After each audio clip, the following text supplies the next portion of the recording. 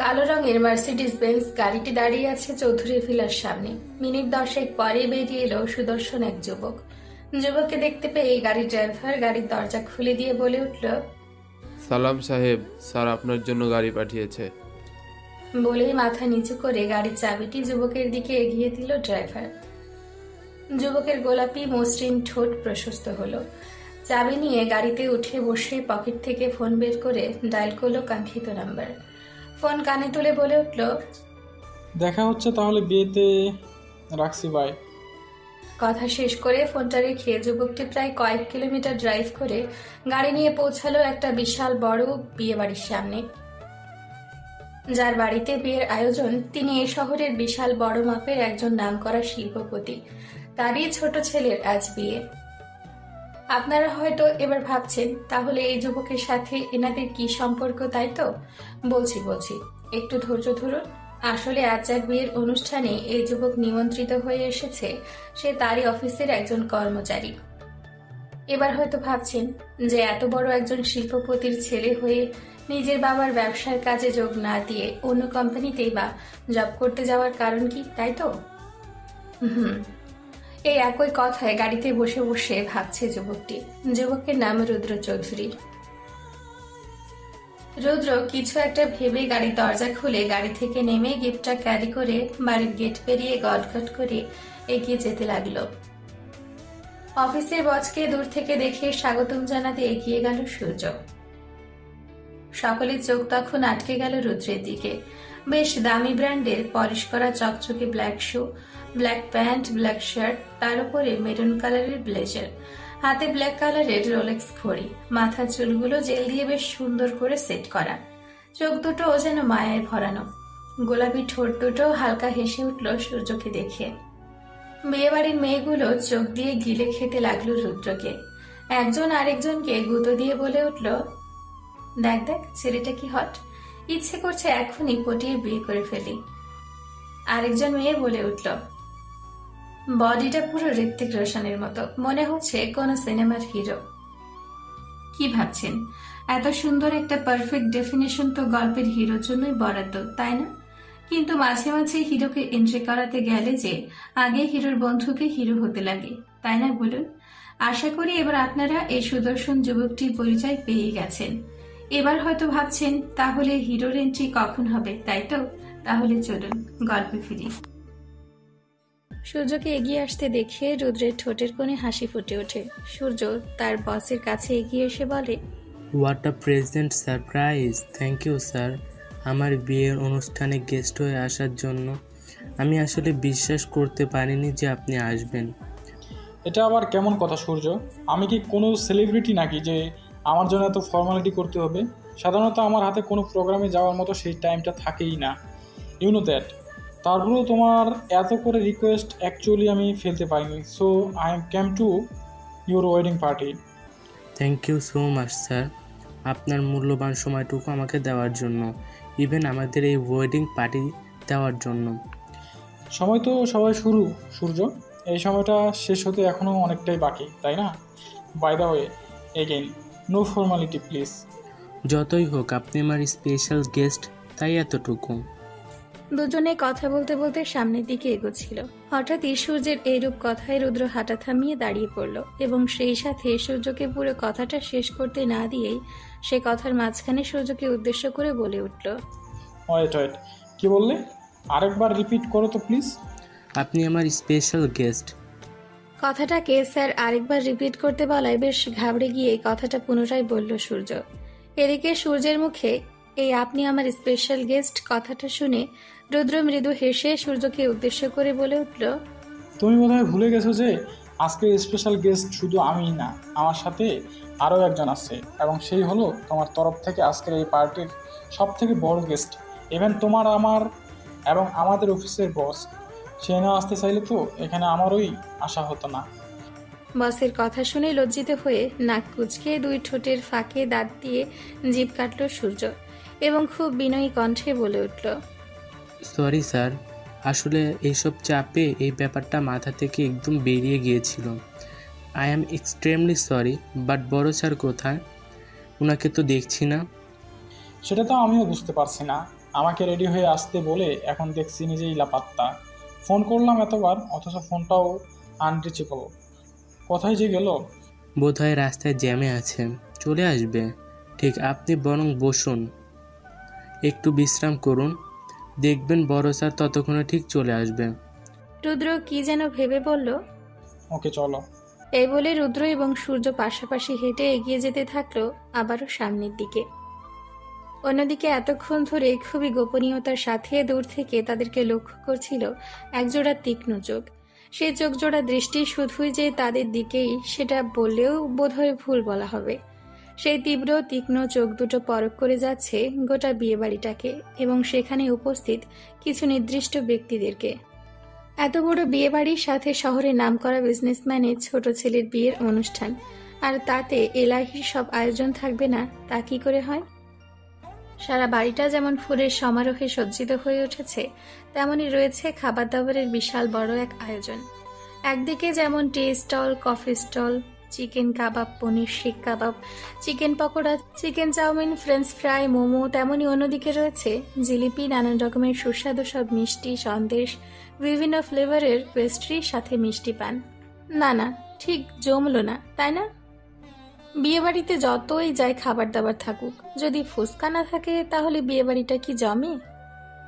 ফুচকা ছাড়া বিয়েবাড়ি একেবারে অসম্পূর্ণ। আর তাই তো আরেকদিকে ফুচকা, ভেলপুরি, আইসক্রিম, মকটেল সহ সবকিছুরই আয়োজন করেছেন সূর্যের বাবা ইকবাল খান। এবার ভাবুন তবে, বিয়েতে ডেজার্ট আইটেমের অবস্থায় যেখানে এত বিশাল, সেখানে ডিনারের আয়োজন কতখানি হতে পারে? প্রতিটা স্টলে স্টলে যেমন লোকজনের ভিড় অসামান্য, তারপরে ফুচকার স্টলের সামনে যে পরিমাণে নিমন্ত্রিতদের উপচে পড়া ভিড়, তা দেখে ফুচকাও হয়তো নিজের জন্য এতক্ষণে গর্ব করতে শুরু করে দিয়েছে। অলরেডি দুটো বড় বড় ব্যাগ ভর্তি ফুচকা এতক্ষণে শেষ হয়েও গেছে, তারপরেও ভিড় যেন কিছুতেই কমছে না। অন্যদিকে লেহেঙ্গা পরে সেজে গুজে যেন হিমশিম খেয়ে উঠেছে তন্নি। কোনোভাবে নিজেকে সামলিয়ে তড়িঘড়ি করে চলেছে খাওয়ার স্টলের দিকে। সাজগোজ নিয়ে সে এতটাও কনসার্ন নয়। এক কথায় বলতে গেলে এসবে সে এখন অভ্যস্ত নয় একেবারেই। তারপরেও এবাড়ির ভাবি বলেছে তার দেবরের বিয়েতে খুব করে সাজতে হবে, যাতে সবার চোখ আটকে যায় ওর সাজ দেখে। আর সেই সাজ দেখে যদি কোনো এক রাজকুমারের মন চুরি হয়ে যায়, তাহলে সে এসে তার মনটাকে ফেরত পেতে চাইবে, সাথে ওকেও নিতে চাইবে তার সাজানো গোছানো স্বপ্নপুরীতে। এমনটাই আকর্ষণীয়ভাবে সাজতে বলেছিল সেই ভাবি। সে শুনে তন্নি খানিক মুচকি হাসির সাথে ভাবির করা আদেশকে গুরুত্ব দিয়েছিল বটে, তবে এসবে ওর বিন্দুমাত্র কোনো মনোযোগ নেই। তাও ভাবির এক প্রকার জোরাজোরিতেই এই সাজে সেজেছে সে। একটা সময় ওর স্বাস্থ্য ঠিকই, তবে সেই সাজ ছিল কোনো একজনের জন্য, কিন্তু আজ সেও নেই। তাই আর এসব সাজগোজ ওর অত ধ্যানও নেই। কি আর হবে এসবে? কারো যদি পছন্দ হয় তাহলে এমনিতেই হবে। কেউ যদি তার সাজানো গোছানো স্বপ্নপুরীতে এসে নিয়ে যেতে চায় তাকে, তবে সাধারণ বেশভূষাতেই যাবে, বাইরের সাজগোজ নয়। সাজানো গোছানো মনটা সুন্দর হওয়াটাই আসল, এটাই বিশ্বাস করে তন্নি। যদিও বিয়ে করার একেবারে ইচ্ছে নেই তার, কারণ যাকে তার রাজকুমার হিসেবে লাগবে সেই তো নেই তার স্বপ্নের রাজ্যে, তাই এসব নিয়ে অত ভাবে না সে। তবে যাই হোক, ফুচকা কিন্তু তার বেশ পছন্দের, তাই বেশ তাড়াহুড়ো করে ফুচকার স্টলে অন্যদের সাথে নিচেও ভিড় জমাতে এগিয়ে আসছে সে। আর এদিকে তার কাজল কালো দুটো হরিণীর মতো টানা টানা চোখ, উঠতে থাকা ছেড়ে দেওয়া রেশমি চুলের অবাধ্যতা, নোট লিপস্টিকে আঁকা তার দুটি ঠোঁট, ঠোঁটের কোনায় হালকা হাসির আভা, আর হালকা পিঙ্ক কালারের লেহেঙ্গার সাথে সেজে ওঠা এই তনি নামক পরীটিকে দেখে সত্যি সত্যি যে কোনো এক রাজকুমারের মন হারিয়ে গেছে। তার তীক্ষ্ণ চোখ দুটি যে স্থির হয়ে গেছে তার বলার ভাষা রাখে না। তন্নি বহু কষ্টে লেহেঙ্গা সামলে ফুচকার স্টলের সামনে এসে হাজির হলো। এসে এ বাড়ির বড় ছেলের বউ সানার দেখা পেল। চলো ভাবি, আমরা ফুচকা খাই। সে মন্দ বলিসনি, বেশ করে ঝাল দিয়ে খেতে কিন্তু বেশ হবে। চলো শুরু করি তাহলে, আর দেরি কেন? এই মোনা, চল আমরা সবাই মিলে ফুচকা খাই। মনে হচ্ছে সানা ভাবির একমাত্র বোন। মেয়েটা অনেক সুন্দরী, কিন্তু দেমাগিও বটে। ফুচকার কথা শুনে মুখ বিকৃত করে মোনা বলে উঠল, ফুচকা আর আমি? এসব থার্ড ক্লাস মার্কা জিনিস এই মোনা খায় না। এসব 2 টাকার সস্তা জিনিস খেতে গিয়ে আমি আমার লিপস্টিকের টাচ আপ নষ্ট করবো নাকি? খাবার জিনিস নিয়ে এভাবে কথা বলতে হয় না মোনা। তো তোমরা খাও না, কে ধরে রেখেছে? আমি তো জাস্ট আমার ওপিনিয়ন শেয়ার করলাম। বলেই মুখ ঝামটা মেরে অন্য জায়গায় চলে গেল। অন্যদিকে রুদ্র স্যারের সাথে সূর্য তার পরিবারের সবার আলাপ করিয়ে দিচ্ছে এক এক করে। প্রথমে সূর্য রুদ্রকে তার বাবার সাথে পরিচয় করিয়ে দেবার জন্য নিয়ে এলো। স্যার, উনি আমার বাবা ইকবাল খান। বাবা, উনি আমার boss Rudra Chowdhury. Hello uncle, nice to meet you. Hello young man, nice to meet you. তুমি এসেছো, খুব খুশি হয়েছি। সূর্যের কাছে তোমার অনেক প্রশংসা শুনেছি। আজ সামনাসামনি দেখে ভালোই লাগছে। আপনাকেও আমার দেখার অনেক শখ ছিল, আজ পূরণ হলো। কিছু বললে? আসলে শুনতে পাইনি। না স্যার, কিছু বলিনি, আসছে। বলে সূর্যকে নিয়ে প্রস্থান করল। ইকবাল খান এই লোকটা বাইরে দিয়ে যতটা নম্রভদ্র, ভেতরে ভেতরে ঠিক ততটাই শয়তানি আর চালাকিতে ভরা। অবশ্য হবেই নাই বা কেন, এত বড় বিজনেসম্যান বলে কথা। বাইরের আর 10টা লোকের সাথে প্রতিদিন উঠা বসা, টাকার দেমাগ যেন তার উঠতে বসতেই। নিজেকে একজন মন্ত্রীর থেকে কম কিছু ভাবেন না। এদিকে ইকবাল খান রুদ্রের সাথে যেভাবে হেসে কথা বলছে তা দেখে হঠাৎই একজনের বুকটা মোচড় দিয়ে ওঠে। হঠাৎই তার 8 বছর আগের কথা মনে পড়ে যায়। ফ্ল্যাশব্যাক। ছেলেটির বয়স তখন 21। খুব সাদাসিধে আর নম্রভদ্র ছিল ছেলেটি। বাড়ির মেজ সন্তান হলেও কেউ তাকে দেখতে পারত না। তার বাকি 2 ভাই অযথায় তাকে বাবার থেকে মার গালমন্দ শোনাতো। একদিন হঠাৎই ইকবাল খানের লকার থেকে 10,000 টাকা পাওয়া যাচ্ছিল না। ছেলেটির মা সহ বাকি 2 ভাই এসে জানায় টাকাগুলো ওই নিয়েছে। বিশ্বাস করো, আমি টাকা নেইনি। এতগুলো টাকা দিয়ে কি করব আমি? আসলেই আমি টাকা নেইনি। তুই টাকা নিয়েছিস, আমরা দেখেছি। আমরা কি মিথ্যা কথা বলছি নাকি? জোচ্চোর কোথাকার, আজ তোকে শিক্ষা দেব আমার লকার থেকে টাকা চুরি করার। বলে 2 গালে ইচ্ছে মতো থাপড়াতে লাগলো আর ব্যঙ্গ করে বলতে লাগলো, আমার বাকি 2 ছেলের মতন তো হতে পারিসনি, হয়েছিস তো চোর আর মিথ্যাবাদী। কেন যে ওই দিন তোকে মেরে ফেললাম না, সেই আফসোস এখনও জন্মভর ভোগ করতে হবে। ভিখারি, রাস্তার ছেলে কোথাকার, কি যে আপদ জুটেছে বাড়িতে, আর সহ্য করা যাচ্ছে না। দূর হয়ে যা আমার সামনে থেকে, তোর চেহারা দেখলেও আমার ঘেন্না লাগে। বলেই একদলা থুতু ফেললেন। নিজের বাবার মুখে এসব কথা শুনে লজ্জায় অপমানে কষ্টে ছেলেটি মাটিতে লুটিয়ে পড়ল। বাড়ির প্রত্যেকটা সদস্য দাঁড়িয়ে দাঁড়িয়ে তামাশা দেখছে আর মুচকি মুচকি হাসছে। কেউ ছেলেটিকে বাঁচাতে আসছে না। বাসায় চিল্লাচিল্লির আওয়াজ পেয়ে দৌড়ে আসেন ইকবাল খানের বাবা ফয়জুল খান। তোরা কি মানুষ? ছেলেটাকে এভাবে মেরে অপমান অপদস্থ করছিস, আর বাড়ির প্রত্যেকটা মানুষ এভাবে তামাশা দেখে যাচ্ছে। তোদের কি উপরওয়ালার ভয় নেই? উপরে যিনি আছেন ঠিক তোদের একদিন বিচার করবেন। তোরা দেখে নিস কোন অপরাধে এভাবে মেরেছিস ওকে। বলে লুটিয়ে পড়া ছেলেটিকে হাত ধরে টেনে তুললেন আর বাড়ির সবার উদ্দেশ্যে বলেন, তোমাদের সকলে তামাশা দেখা হলে চলে যেতে পারো এখান থেকে, নিমক হারামের দলেরা। এরপর ছেলেটিকে বলে ওঠেন, তুই আমার সাথে আয় দাদু ভাই। এরা কেউ মানুষ না, সব অমানুষ আর জানোয়ারে ভরে গেছে এই বাড়ি। ছেলেটির ধ্যান ভেঙে যায় শব্দে। ছেলেটি হঠাৎই তার দাদুর কথা মনে পড়ে। খুব ভালোবাসতো তাকে। দাদুর কথা মনে পড়তে ছেলেটির চোখ ভিজে ওঠে নোনা জলে। হাতের আঙ্গুলের সাহায্যে জল মুছে দেখতে থাকে বাকি ঘটনা। এদিকে ইকবাল খানের সাথে পরিচয়ের পর এবার সূর্য তার মা জাহানারা বেগমের সাথে রুদ্রের পরিচয় করাতে নিয়ে এসেছে। সূর্যের মা জাহানারা বেগম বিয়ে বাড়িতে আসা গেস্টদের সামলাচ্ছিলেন। তুমি এসেছো, খুব খুশি হয়েছে বাবা। সূর্য তোমার কথা বাসায় অনেক বলে। তুমি অনেক ব্যস্ত নাকি থাকো? তোমার মূল্যবান সময় আমাদের দিয়েছো, আমরা অনেক খুশি হয়েছি। না আন্টি, আসলে তেমন কিছু না। সারাক্ষণ বিদেশি ক্লায়েন্টদের সাথে কথা বলতে হয়, তাই কোথাও যেতে পারি না। আচ্ছা বাবা, বুঝেছি। বলে মমতা ভরা হাসি উপহার দিলেন।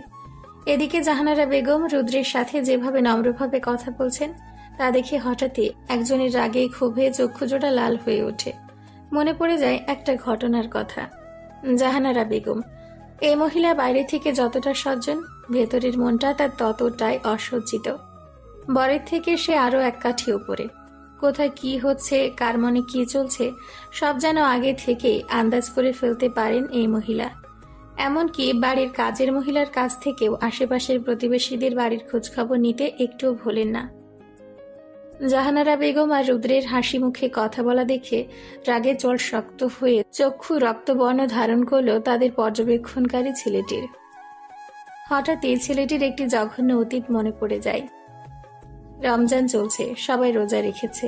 ইফতারের সময় জাহানারা বেগম সবার প্লেটে খেজুর, ছোলা, বেগুনি, পেঁয়াজু আরো ফলমূল তুলে দিচ্ছেন, আর ছেলেটির দিকে একটি প্লেট ছুড়ে দিল। এই নে নবাবের বেটায়, এই শুকনো মুড়িগুলো নিয়ে এখান থেকে বিদায় হ। মা, আমিও তোমাদের সবার সাথে বসে ইফতার করতে চাই। ফকিরের বাচ্চার সাহস কত বড়, আমাদের সাথে খাবে? আমার ছেলেরা তোর সাথে বসে খেতে পারবে না, তুই তোর রুমে নিয়ে যা। মা, এই শুকনো মুড়ি কিভাবে খাবো? আমাকে একটু পেঁয়াজু বা আলুর চপ দেবে? কটমটিয়ে জাহানারা ছেলেটির দিকে তাকালো। আলুর চপ খেতে চাস তাই তো, দাঁড়া দিচ্ছি বলেই রান্নাঘরে গিয়ে ছেলেটিকে ডেকে উঠল। এই ভিখারি ছোট লোক, একটু রান্নাঘরে আয় তো। ছেলেটি মন খারাপ করে শুকনো মুড়িগুলো নিয়ে রান্নাঘরে যেতেই, তোর হাতটা দে তো এইদিকে। ছেলেটি ভেবেছে হয়তো কিছু খেতে দেবে জাহানারা। খুশি হয়ে হাত বাড়িয়ে দিয়ে আস্তে বলে ওঠে, মা, আমাকে বেশি কিছু দিতে হবে না, একটা পেঁয়াজু বা চপ হলেই আমি চলে যাব। জাহানারা চুলায় গরম করা লাল টকটকে খুন্তি চুলা থেকে বের করে ছেলেটির বাড়িয়ে দেওয়া হাতে চেপে ধরে। এই নে তোর আলুর চপ, পেঁয়াজু। সারা ছোট লোকের বাচ্চা, সারা দিন জ্বালিয়ে মারিস, খালি খাই খাই করা সারাদিন না। ছেলেটির গগন ভিতারে চিৎকারে সকলেই যেন খুব আনন্দ পেল। ইকবাল খান বলে ওঠেন, আরো বেশি করে চপ খাওয়ার শখ মিটিয়ে দাও জাহানারা, যাতে করে ভবিষ্যতের কোনো খাবার দেখলেই আজকের কথা মনে পড়ে। এদিকে ফয়জুল খান বাইরে থেকে এসে চিৎকারের শব্দ পেয়ে দৌড়ে ডাইনিং রুমে আসেন। এসে যে দৃশ্য দেখেন তাতে তার চোখ কপালে উঠে যায়। চিল্লিয়ে উঠেন ফয়জুল খান, বৌমা, এ কি করলে তুমি? এটা যা করেছি বেশ করেছি, সারাদিন খালি এটা খাবো ওটা খাবো, তাই খাওয়ার শখ মিটালাম। তুমি কি মানুষ বৌমা? তাহলে কি মনে হয় আমাকে আপনার কাছে? অমানুষ আর জানোয়ার মনে হয়। কোনো মানুষের পক্ষে তো এইসব করা সম্ভব নয়। ছেলেটা কি এমন অপরাধ করেছে যে এভাবে হাতটা পুড়িয়ে দিলে? চুপ করুন, ঘরে একটা আপদ জুটিয়ে দিয়ে বসে আছেন, আবার সেই আপদের হয়ে আমাদের সাথে ঝগড়া করছেন। লজ্জা লাগে না আপনার? ইকবাল, তোর বউয়ের মুখে লাগাম দে, সে কিন্তু সীমা ছাড়িয়ে যাচ্ছে। সীমা তো তুমি ছাড়িয়েছো বাবা, অযথা একটা বাইরের ছেলের জন্য আমাদের সাথে মিছামিছি ঝামেলা করছো। তার চেয়ে চুপচাপ ইফতার করো, ঝামেলা করো না। শুনুন বাবা, আপনাকে অনেক সম্মান দিয়েছি, আর পারবো না। আপনার এই ঘাটের মরাটিকে নিয়ে আমাদের ঘাট থেকে বিদে হয়ে দু চোখ যেদিকে যায় সেদিকে চলে যান। বৌমা, তুমি এত বড় কথাটা আমাকে বলতে পারলে? হ্যাঁ বললাম, এবার কি করবেন আপনি? আহ বাবা, যাও তো এখান থেকে, সারাদিন রোজা রেখে এসব ঘ্যান ঘ্যানারি শুনতে ইচ্ছা করে না। ছেলে আর ছেলের বউয়ের এমন অপমান সহ্য করতে না পেরে বৃদ্ধ ফয়জুল খান ছেলেটির হাত ধরে তার রুমে নিয়ে চলে গেলেন। ছেলেটির হাত জ্বলে যাচ্ছে, নীরবে সে শুধু অশ্রু বিসর্জন দিচ্ছে। ফয়জুল খান একটা মলম বের করে খুব যত্ন সহকারে ছেলেটির হাতে মালিশ করে দেয়। দাদু, ওরা কেউ আমাকে দেখতে পারে না কেন? সারাক্ষণ আমাকে অপমান করে আর গালাগালি করে, আমার অনেক কষ্ট লাগে দাদু। বলেই ফুপিয়ে কেঁদে ওঠে ছেলেটি। ফয়জুল খান ছেলেটিকে বুকে জড়িয়ে পিঠ হাতড়ে বলে ওঠে, সুসন্তান জন্ম দিতে পারিনি রে দাদু, কুসন্তান হয়েছে, আর সবাইকে লাই দিয়ে খারাপ বানিয়েছে। তুই কাঁদিস না, একদিন দেখবি সবাই তোকে খুব ভালোবাসবে। ছেলেটি চোখে জল মুছে পোড়া হাতে মুড়ি খাওয়া শুরু করতে ব্যথায় আহ শব্দ করে ওঠে। দিনে দিনে ছেলেটির ওপর জাহানারা, ইকবাল আর তার দুই ছেলের অত্যাচার বাড়তেই থাকলো। এছাড়াও পান থেকে চুন খসলে গালাগাল তো দিতই, সাথে হাতও তুলত। এসব দেখে একদিন ফয়জুল খান তার ছেলে ইকবাল খানের কক্ষে এলেন। কি ব্যাপার বাবা, এই অসময়ে আমার ঘরে কি চাই তোমার? তোর সাথে কিছু কথা সারতে এসেছি। কি কথা? ঝটপট বলে ফেলো, আমি খুব ব্যস্ত আছি। আমি ছেলেটাকে নিয়ে এই বাড়ি থেকে চলে যেতে চাই। সে কি কথা? ছেলেটির জন্য তুমি বাড়ি ছাড়বে কেন? তার চাইতে রাস্তার ভিখারিকে রাস্তায় ফেলে দাও, তাহলেই ঝামেলা চুকে যাবে। দায়িত্ব বড়ই ভয়ানক জিনিস বাবা। আমি আমার দায়িত্বের অবহেলা করে উপরে গিয়ে জবাব দেব কি? ফয়জুল খানের চলে যাবার কথা শুনে ইকবাল খান মনে মনে ভাবল, পুরোটা যদি সত্যি চলে যায় তাহলে তো সমাজে মান সম্মান নষ্ট হবে, আর বাড়িটাও বুড়োর নামে। না না, এ কিছু হতে দেওয়া যাবে না। যেভাবেই হোক বাবাকে আটকাতেই হবে। তোমার বউয়ের কাছে আমিও আজ বোঝা হয়ে গিয়েছি। কারো বোঝা হয়ে এই ফয়জুল খান থাকবে না, আর ছেলেটি আমার সাথেই থাকবে। আচ্ছা, ছেলেটা থাকুক, তোমাকে কোথাও যেতে হবে না। খালি ওকে বলো আমার সামনে যাতে না আসে। এরপর ছেলেটা এক প্রকার চুপচাপ ঘরের কোণে পড়ে থাকতো, খুব দরকার ছাড়া বাহিরে বের হতো না। একদিন ছেলেটি দুপুরবেলা খুব পানি পিপাসা পায়। সে লুকিয়ে লুকিয়ে ডাইনিং রুমে আসে। বাসার সবাই ভাত ঘুম দিয়েছে। হঠাৎই ছেলেটির হাত থেকে পানির গ্লাসটি পড়ে ভেঙে যায়। অমনি জাহানারা আর তার দুই ছেলে দৌড়ে আসে। আরে ছোট লোকের বাচ্চা, করেছিস কি? দিলি তো দামি গ্লাসটা ভেঙে। মা ইচ্ছে করেই করেছে। ও এটা তোমার শখের গ্লাস ইচ্ছে করে ভেঙে সাধু সাচ্ছে। দেবো নাকি কয়েক ঘা লাগিয়ে? বুড়োটা এখন বাড়িতে নেই, ইচ্ছে মতো মারে এই গরিবের বাচ্চাটাকে। আমাকে মেরো না প্লিজ, আমার খুব জ্বর এসেছে। আমি আর কখনো পানি খেতে আসবো না। আমাকে মাফ করে দাও তোমরা। আমার মায়ের পা ধরে ফ্লোরে মাথা ঠেকিয়ে কাঁদ, তখন ভেবে চিনতে দেখবো তোকে ছেড়ে দেব নাকি খেলাবো। মা, আমাকে ক্ষমা করে দাও, আমার ভুল হয়েছে। আমি আর কখনো তোমাদের কিছু ধরবো না। জাহানারা লাথি মেরে ছেলেটিকে ফেলে দিয়ে তার ছেলেদের উদ্দেশ্য করে বলল, ওকে ইচ্ছে মতো মারবি, যতক্ষণ না জ্ঞান হারাবে ততক্ষণ মারবি। দুই ভাই মায়ের আদেশ পেতে ইচ্ছে মতো পিটিয়ে ছেলেটিকে অজ্ঞান করে ফেলেছিল সেদিন। আরে আর মারিস না ছেলেটাকে, মরে যাবে। একটু তো দয়া কর। এর চাইতে দামি ক্লাস তোর মাকে এনে দেব। আর মারিস না। কি ভাইয়া, এই বুড়োটাকেও দেব নাকি 2-3 ঘা? না, বুড়োটা চোট নিতে পারবে না, অক্কা পাবে। পরে দেখবি আরেক ঝামেলা। নিজের নাতিদের মুখে এমন কথা শুনে বৃদ্ধ ফয়জুল কেঁদে কেঁদে ছেলেটিকে তুলে নিয়ে রুমে চলে যায়। বর্তমান আজ এসব ভাবতে ভাবতে সে ছেলেটার চোখে জল চলে আসে। দাদু ওর জন্য কত কষ্টই না সহ্য করত, কত অপমান মেনে নিত। এদিকে সূর্য তার বড় ভাইকে খুঁজে চলেছে স্যারের সাথে আলাপ করাবে বলে, কিন্তু কোথাও খুঁজে পাচ্ছে না তাকে। এই ফাঁকে রুদ্র আবার তার বন্ধুকে কল করলো, কিন্তু না, তাকে পেল না ফোনে। আরে ছেলেটা গেল কোথায়? কখন থেকে ফোন দিচ্ছি, পাওয়াই যাচ্ছে না। তাই আর কিছু উপায় না পেয়ে সূর্য ওয়াইফকে গিয়ে গিফটটা দিয়ে দিল। আমাদের বসের পক্ষ থেকে আপনার জন্য ছোট্ট একটি গিফট। ধন্যবাদ। রুদ্র গিফট দিয়ে একপাশে গিয়ে একটু বসলো। অন্যদিকে রুদ্র দেওয়া ওই ব্যাগটায় কি গিফট আছে তা দেখার জন্য জাহানারা বেগম ব্যাগ থেকে গিফটটা বের করলেন। একটা জুয়েলারি বক্স। বক্সটা খুলতেই সে তো অবাক। এত দামি ব্র্যান্ডের ডায়মন্ড নেকলেস, এর দাম কম করে তো 2 লাখ টাকা হবেই। এত সুন্দর নেকলেসটা দেখিয়ে জাহানারা বেগম তো হা হয়ে তাকিয়েই আছেন সেদিকে।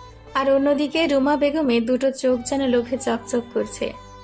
ইস, এখনই যদি এই নেকলেসটা নিয়ে নিতে পারতাম, যেমন সুন্দর তেমন দামি। এখন আপনারা হয়তো বা ভাবছেন রুমা বেগমকে, কি তার পরিচয়? তাই তো, পরিচয় পর্বে তো অবশ্যই আসবো, কিন্তু তার আগে ওই যে দেখুন, আপনাদের সাথে কথা বলতে বলতে ওদিকে আর্য খান চলে এসেছেন। আর্য খান এই শহরের নামকরা পুলিশ অফিসার, এসিপি আর্য খান। নামে কাজে সেরা হলেও মনটা তার একেবারেই দয়ামায়াহীন, সাথে স্বার্থপর একজন মানুষ। কেবলমাত্র নিজের ভালোটুকু সে বোঝে। ওর কোনো কিছুতে কেউ 1% ভাগ বসালে তার থেকে সে কড়াই গন্ডায় সে ভাগ বুঝে নিতে দুবারও ভাবে না। তার জন্য তাকে যত নিচে নামতে হয় সে নামতে রাজি। ওদিকে সূর্য তার বড় ভাইকে নিয়ে চলেছে রুদ্র স্যারের সাথে বড় ভাইয়ের পরিচয় করাতে। যদিও রুদ্র ওকে খুব ভালো করে চেনে, এই শহরের অনেক বড় বড় ইভেন্টে এনাকে দেখেছে, তারপরেও সে কথা আর মুখ থেকে বের করতে চাইল না সে, কারণ এদের বাড়ির কোনো সদস্যের উপরে রুদ্রর কোনো ইন্টারেস্ট নেই। তার পেছনেও অবশ্য একটা গল্প আছে। ভিডিওর সাথে থাকুন, তাহলে সেই রহস্যের কথা জানতে পারবেন। স্যার, এই তো ভাইয়া এসে গেছে, চলুন আপনাদের সাথে পরিচয় করিয়ে দেই। Sure, why not. ভাইয়া, এই হচ্ছে আমার স্যার রুদ্র, গ্রুপ অ্যান্ড কোম্পানির director Rudra Chowdhury. Hello Rudra Chowdhury, nice to meet you, it's our first meeting. Hello mister Arya, same to you. এর মাঝে একটা বাচ্চা আইসক্রিম খেতে খেতে যাচ্ছিল, আর হঠাৎই কোনো একজনের সাথে ধাক্কা লেগে সেই আইসক্রিমটা গিয়ে পড়ে আর্যর ব্লেজারের ওপর। নিজের রাগ সামলাতে না পেরে ধমকে উঠে বাচ্চাটিকে। চোখ কোথায় রেখে হাঁটিস? দেখে চলতে পারিস না? বেয়াদবের বাচ্চা, দিলি তো আমার দামি ব্লেজারটা নষ্ট করে। এই, তোর বাবা মা কোথায়? জানিস এই ব্লেজারের দাম কত পড়েছে বানাতে? 40,000 টাকা। 40,000 টাকার ব্লেজারটা নষ্ট করলি। তোর ওজনের চাইতে বেশি এই ব্লেজারটার দাম। এই রাস্কেলগুলো যে কোথা থেকে আসে? সরি আঙ্কেল, আমি দেখিনি, আমি ইচ্ছে করে দেইনি। বেশি কথা বললে মারবো ঠাটিয়ে এক চর। যা দূর হ সামনে থেকে। আমি উঠতে পারছি না আঙ্কেল, আমার পায়ে চোট লেগেছে বলেই কাঁদতে থাকলো। রুদ্র আদর করে বাচ্চাটিকে কোলে তুলে নিল। ওলে বাবালে, মামুনি কোথায় চোট পেয়েছো দেখি তো, আঙ্কেলকে দেখাও, আঙ্কেল ম্যাজিক করে ভালো করে দেবে এক্ষুনি। এসব আদিক্ষেতা দেখে আর্যের গা জ্বলে উঠল, কিন্তু মুখে কিছুই বলল না। রুদ্র আর্যকে উদ্দেশ্য করে বলল, একটু তো লেগেছে, এত রিয়াক্ট করার কিছু নেই, তাছাড়া বাচ্চা মানুষ অবশ্যই ইচ্ছে করে করেনি, আপনি প্লিজ শান্ত হন। অন্যদিকে আকস্মিক ঘটে যাওয়া এই ঘটনা দেখে কোনো একজনের মনে পড়ে যায় অতীতে তার সাথে ঘটে যাওয়া এমনই এক ঘটনার কথা। ফ্ল্যাশব্যাক, 4 বছর আগের কথা। এই ভিখারির বাচ্চা ছোট লোক টোকাই, এদিকে আয় শোন। হ্যাঁ মা, বলো।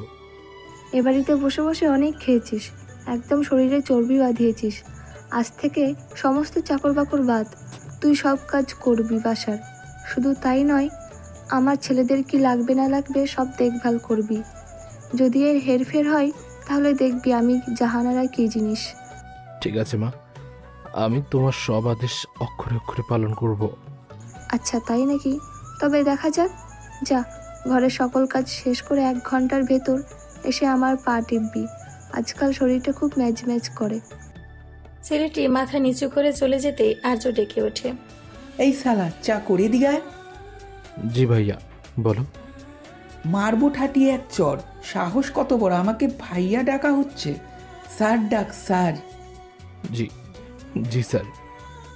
এই টি শার্টটা ভালো করে ধুইয়ে শুকিয়ে ইস্ত্রি করে ভাঁজ করে রাখবি। সন্ধ্যায় পার্টিতে যাব বন্ধুদের সাথে। যদি একটু 19-20 হয়েছে, পিঠের চামড়া তুলে নেব শালা। জি স্যার, আমি সুন্দর করে ইস্ত্রি করে ভাঁজ করে রাখবো। ছেলেটি টি শার্ট ধুয়ে শুকিয়ে ইস্ত্রি করে ঘরের কাজকর্ম করতে চলে যায়। চুপি চুপি জাহানারা খান আর্য রুমে ঢুকে ইস্ত্রি করা টি শার্ট কুচকে মুচড়িয়ে হাতে থাকা কড়া লিকারে চা ঢেলে দেয় টি শার্টের উপর। ফকিন্নির বাচ্চা, এবার দেখবি কেমন মজা লাগে বলে হাসতে হাসতে নিজের রুমে চলে গেলেন। ছেলেটি ঘরের কাজকর্ম শেষ করে জাহানার পা টিপছিল। হঠাৎই আর্য চিৎকার চেঁচামেচির আওয়াজ পাওয়া গেল। এই ফকিন্নির বাচ্চা, চাকর কোথাকার তুই? ছেলেটি ভয়ে আড়ষ্ট হয়ে আর্যর সামনে গিয়ে দাঁড়ায়। স্যার, আমাকে ডেকেছেন? এই ফকিন্নির বাচ্চা চাকর, কোথায় তুই? এই দেখ কি করেছিস তুই আমার টি শার্টের। ইচ্ছে করেই এমন করেছিস না? টি শার্টের ভয়াবহ অবস্থা দেখে ছেলেটি কেঁপে ওঠে। বিশ্বাস করো ভাইয়া, আমি এটা করিনি। আমি তো সুন্দর করে ইস্ত্রি করে ভাঁজ করে তোমার রুমে বিছানায় রেখে এসেছিলাম। কোমরের বেল্ট খুলতে খুলতে, যত বড় মুখ নয় তত বড় কথা। আমার মুখে মুখে কথা বলিস, আজ তোর চামড়া তুলে লবণ ভরবো আমি। ছেলেটি ভয়ে জাহানার কাছে গিয়ে আকুতি মিনতি করে। মা, আমাকে বাঁচাও। তুমি বুঝিয়ে বলো না যে আমি তোমার রুমে ছিলাম। আমি এই কাজ করিনি মা। জাহানারা ছেলেটিকে ধাক্কা মেরে আর্যর পায়ের কাছে ফেলে দিয়ে সোফায় গিয়ে বসল। আর্যর শরীরে সমস্ত শক্তি দিয়ে পেটাতে থাকলো ছেলেটিকে। ছেলেটি ফ্লোরে গড়াগড়ি দিয়ে কাঁদছে।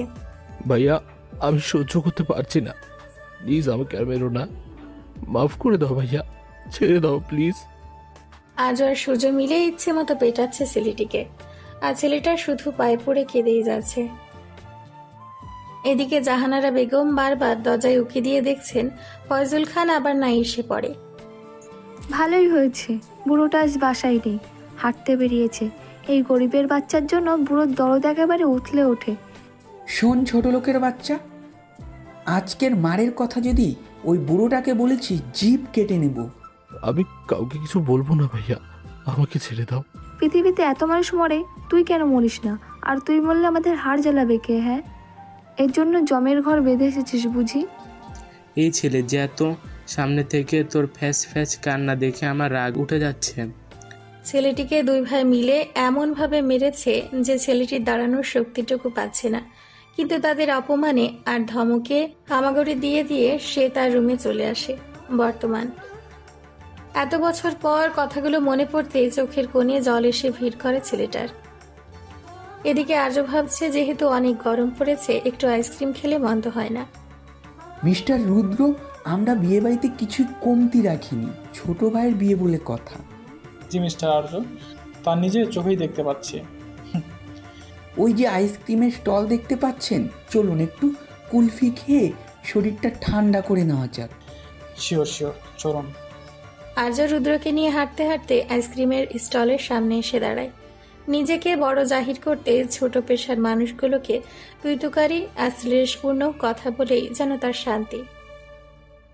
এই ছোট, সবচেয়ে দামি যেই আইসক্রিমটা আছে তোর ফ্রিজে সেটা দে তো।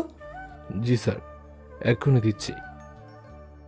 ছেলেটার কণ্ঠ রুদ্রের কাছে একটু চেনা চেনা মনে হলো, তবু আইসক্রিম স্টলের ভিড়ে রুদ্র এসব গায়ে মাখল না। আইসক্রিমওয়ালা ছেলেটি একটি আইসক্রিম পাশে থাকা বাচ্চাকে দিতেই হুঙ্কার দিয়ে উঠল আর্য। এই বেয়াদবের বাচ্চা, আমি তোর কাছে আগে আইসক্রিম চেয়েছি, আর তুই বাচ্চাদের কেন দিলি?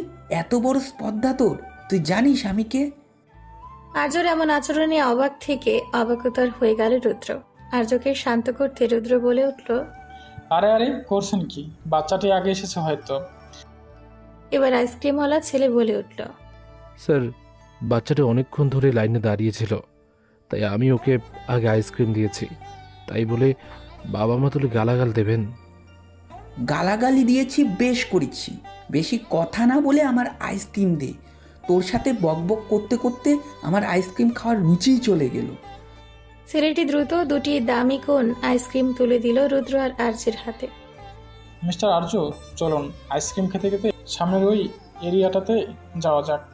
আচ্ছা চলুন। অন্যদিকে তন্নি সানা ভাবির সাথে এসেছে ফুচকা খেতে। সকলের মতো ওরাও ভিড় জমিয়েছে। কি প্রতিযোগিতা? ভাবি চলো একটা প্রতিযোগিতা হয়ে যাক, কে কয়টা ঝাল বেশি দিয়ে ফুচকা খেতে পারে, যে জিতবে সে পাবে 2000 টাকা। ওকে, শুরু করা যাক, দেখবি আমি জিতবো। মামা বেশি করে ঝাল দিয়ে ফুচকা বানাতে থাকেন, আমরা খেতে থাকবো। ফুচকাওয়ালা প্লেটের পর প্লেট ফুচকা সাজাচ্ছে, আর এদিকে তন্নি আর সানা একের পর এক সাবার করছে। ঝালে দুজনের অবস্থায় বেকায়দা। তন্নির চোখ থেকে জল বেয়ে বেয়ে গাল গড়িয়ে পড়ছে, এদিকে সানা ভাবিরও চোখে জল নাকের জল এক হয়ে যাচ্ছে। হঠাৎই ওদের দুজনের দিকে আটকে যায় সেই তীক্ষ্ণ দুজোড়া চোখ। সানা ভাবি আজ নীল শাড়ি পরেছে। তীক্ষ্ণ চোখের অধিকারী মনে মনে ভাবছে, নীল শাড়িতে ভাবিকে আজ ভীষণই সুন্দর আর গর্জাস লাগছে, কোনো মডেলের থেকে কম নয়। ভাবি ভীষণ মিষ্টি স্বভাবের এবং খুবই মিষ্টি মনের একজন মানুষ, একদম মায়ের সমান, যাকে সব কথা শেয়ার করা যায় মন খুলে, কোনোরকম কোনো দ্বিধাদ্বন্দ্ব ছাড়াই। ফ্ল্যাশব্যাক। ছেলেটা কেবলই কলেজ থেকে এসে হাত মুখ ধুয়ে খাবার খুঁজতেছিল, কিন্তু পাতিলে কোনো খাবার অবশিষ্ট নেই। বিষণ্ণ মনে নিজের বরাদ্দকৃত রুমে ফিরে যেতেই সেই রুমে প্রবেশ করলো সানা ভাবি, হাতে তার বড় একটি থাল। ভাবি তুমি আমার রুমে, আর তোমার হাতে কি? আজ ভাবি তোর জন্য কি এনেছি দেখ। ছেলেটির চোখ চকচক করে উঠল, থালা ভরা হরেক রকম মজার খাবার। তুই ইলিশ পোলাও আর রোস্ট পছন্দ করিস বলে নিজে হাতে রেঁধে তোর জন্য আগেই লুকিয়ে রেখেছিলাম। তোর প্রিয় লেগ রোস্ট আর ডিমের কোরমাও আছে, নে ধর, তাড়াতাড়ি খেয়ে প্লেট দিয়ে দে। ভাবি, তোমাকে আমার কাছে কখনোই ভাবি মনে হয় না, মনে হয় আমার মা। সানা চোখে জল জমল। বিয়ের এত বছর পরেও সন্তান জন্ম দিতে পারেনি সানা। তাকে মা বলে ডাকার মতো কেউ নেই। ছেলেটির মুখে মার সম্বোধন শুনে খুশিতে কেঁদে ফেলল সে। হয়েছে তোর অনেক পাম দেওয়া, এবার তাড়াতাড়ি খেয়ে আমাকে উদ্ধার কর দেখে। ছেলেটা খুশি মনে বড় বড় লোকমা মুখে তুলল। ভাবি, তোমার রান্না সবার চেয়ে সেরা, অমৃতের মতো স্বাদ। তোর পড়াশোনা কেমন চলছে? সামনে তো এক্সাম, হাতে টাকা পয়সা আছে কিছু? তুমি একদম চিন্তা করো না ভাবি, আমি ঠিক টপ রেজাল্ট করব, তুমি শুধু দেখে নিও। কোনো মেয়েকে ভালো লাগে? প্রেমে টেমে পড়েছিস নাকি? ছেলেটা মুচকি হেসে মাথা ঝাঁকালো। 4 তলার রুনা আন্টির মেয়ে তন্নি আছে না, ওকে আমার বেশ পছন্দ। ঘটকালি করবো নাকি তোর হয়ে? করতেই পারো, দেবর বলে কথা, কিন্তু কোনো পয়সা পাবে না কিন্তু। পয়সা লাগবে না, বিনিময়ে মাঝে মাঝে শুধু মা বলে ডাকবি। ভাবি, মেয়েটা অনেক সুন্দর, প্লিজ ওকে পাইয়ে দেবার ব্যবস্থা করে দাও না। দেবরের আর তর্স হয়েছে না দেখছি, বলেই হেসে উঠল।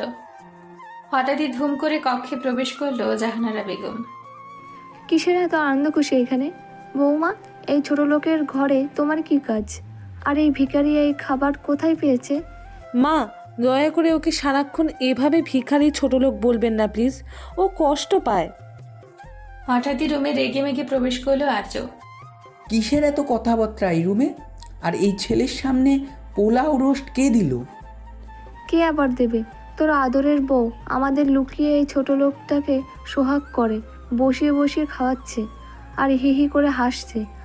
ছেলেটি ভাবিকে বাঁচানোর জন্য বলে উঠল, ভাবির কোনো দোষ নেই, আমি এই খাবার চুরি করে এনেছি। আর্য খাবার ভর্তি প্লেট নিয়ে বাইরে ছুঁড়ে মারল। মুহূর্তেই সকল নিস্তব্ধতা ভেঙে ঝনঝন শব্দে ভরে গেল খানভিলা। কিসের এত নাটক চলছে এখানে? বাড়িতে কি এসেও একদণ্ড শান্তি পাওয়া যাবে না? আপদ বিদেয় না হলে মরেও কবরে শান্তি পাওয়া যাবে না। বৌমা, যাও তো 1 কাপ চা করে আনো। এইসব কীর্তন শুনতে শুনতে মাথাটা ধরেছে খুব। জি বাবা, যাচ্ছি। সানা মাথার ঘোমটা তুলে চা আনতে কিচেনে চলে গেল। আর্য ছেলেটির কাছে গিয়ে শার্টের কলার ধরে বিছানা থেকে দাঁড় করালো।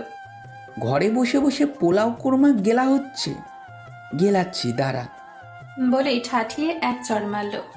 ভাইয়া প্লিজ মেরো না, আমি আর কখনো পোলাও মাংস খাবো না। তোমরা খেয়ে খাবার অবশিষ্ট থাকলে খাবো, না থাকলে না খেয়েই থাকবো। আজকের মতো মাফ করে দাও ভাইয়া। বাবা কি যে এক আপদ জুতিয়েছে বাড়িতে, এর জন্য কোথাও গিয়ে শান্তিও পাচ্ছি না। কবে দিবি তুই আমাদের মুক্তি? এত অপমানের পরেও কেন পড়ে আছিস সেখানে? বাবা, মা, ভাইয়া, আমি তোমাদের অনেক ভালোবাসি। তোমাদের ছেড়ে আমি কোথাও গিয়ে থাকতে পারবো না, দয়া করে আমাকে তাড়িয়ে দিও না প্লিজ। ভালোবাসার জন্য তো তুই এখানে পড়ে আছিস না? তুই এখান থেকে গেলে নবাবের মতো চলতে পারবি না, রাস্তার ভিখারি থালা নিয়ে বসতে হবে। এর জন্য আমরা রেখে যেতে চাচ্ছি না। সানা হঠাৎ রুমে জানিয়ে এসে আর্যের কথাগুলো শুনতে পায়। সে তাচ্ছিল্যপূর্ণ কণ্ঠে বলে ওঠে, খুব আরামে থাকতে দিচ্ছ তোমরা ওকে। ভিখারি, ছোট লোক, গরিব ছাড়া তো সম্বোধনই করো না। আর নবাব, নবাব হলে তোর ঠিক মতো খাবার দাবার থাকতো, ভালো পোশাক থাকতো, শরীরে ফুলের টোকাও পড়তো না। তোমরা তো সকলে মিলে ওকে প্রতিদিন নানাবিধ নির্যাতন করে চলেছ। আর্য, তোর বউকে থামতে বল, না হলে কিন্তু আমার থেকে খারাপ কেউ হবে না বলে দিলাম। আজ হঠাৎই সানার গাল চেপে ধরে তৎ পিষে বলে উঠল, একটা বাচ্চাও তো এখনো পয়দা করতে পারিসনি, আর এদিকে এই ছোট লোকের সাথে এসে ফষ্টি নষ্টি করছিস। ওকে জড়িয়ে একটাও বাজে কথা বলবে না, ওর মতো ছেলেই হয় না। তাই নাকি? স্বামীর মুখে মুখে তর্ক করছিস এই রাস্তার ছেলের জন্য? দিন দিন বহুত স্পর্ধা শিখেছিস। ছেলেটা হঠাৎই আর্যের পায়ে পড়ে বলে ওঠে, ভাবিকে ছেড়ে দাও ভাইয়া প্লিজ। ভাবির সামনেও যাব না আমি আর, ভাবির কষ্ট হচ্ছে, ছেড়ে দাও ভাইয়া। ভাবির প্রেমে খুব মজেছিস দেখা যাচ্ছে। এসব নোংরা কথা একদম বলবেন না মা। 100 বার বলবো, কি করবি তোরা? আমার থেকে যখন ছেলেটার জন্যই এত দরদ, তাহলে ওই ছেলেটার সাথেই এখন থেকে থাক। ভাবি প্লিজ আমার রুম থেকে চলে যাও, আমি আর কখনো তোমার সাথে কথা বলবো না। তোমরা তোমরা সবাই চলে যাও এই রুম থেকে। এই সবাই চলে আয় এই ভিখারির ঘর থেকে, আর খেয়াল রাখবি এই রাক্ষসটা যেন দুদিন কোনো খাবার না পায়। বর্তমান সানা আর তন্নি দুজনে 40টি করে ফুচকা খেয়েছে, কেউ কাউকে হারাতে পারেনি। তাদের ফুচকা খাওয়া দেখে আশেপাশে মানুষের ভিড় লেগে গেছে। একদল তন্নিকে হাততালি দিয়ে উৎসাহ দিচ্ছে, অন্যদল সানাকে। এরই মধ্যে সানার মা রুনা খান তাদের দেখা দেখি ফুচকা খেতে যায়। তোরা এইখানে এভাবে ফুচকা খাচ্ছিস, আমিও খাবো। মামা দ্রুত আন্টিকেও বেশি করে ঝাল দিয়ে ফুচকা দিন। কি ব্যাপার মা, তুমি খাবে ফুচকা? তোমার ছোট মেয়ের মতো তোমারও তো লিপস্টিক উঠে যাবে। হঠাৎই একটা বাচ্চা বোতল থেকে পানি খাবার সময় রুনা খানের দামি শাড়ির ওপর পানি ফেলে দেয়। দিলি তো আমার সাজ আর 12:30 বাজিয়ে, মরার জন্য আর জায়গা পেলি না, আমার উপরে এসে পড়লি। বলে শাড়ি ঝাড়তে ঝাড়তে ফুচকা খাওয়া বাদ দিয়ে ওয়াশরুমের দিকে রওনা দিলেন। আরে মা কোথায় যাচ্ছ? মা আমার কথাটা শোনো। রুনা খান কারো কোনো কথাই শুনলেন না, তার আর ফুচকাও খাওয়া হলো না। রুনা খানকে এমন নাস্তানাবুদ হতে দেখে কেউ হেসে ফেলল ফিক করে। মনে পড়ে গেল তার একটি ঘটনা, ফ্ল্যাশব্যাক। রুনা খান বাইরে থেকে দেখতে যতটা সুন্দর, তার ভেতরটা ততটাই খারাপ।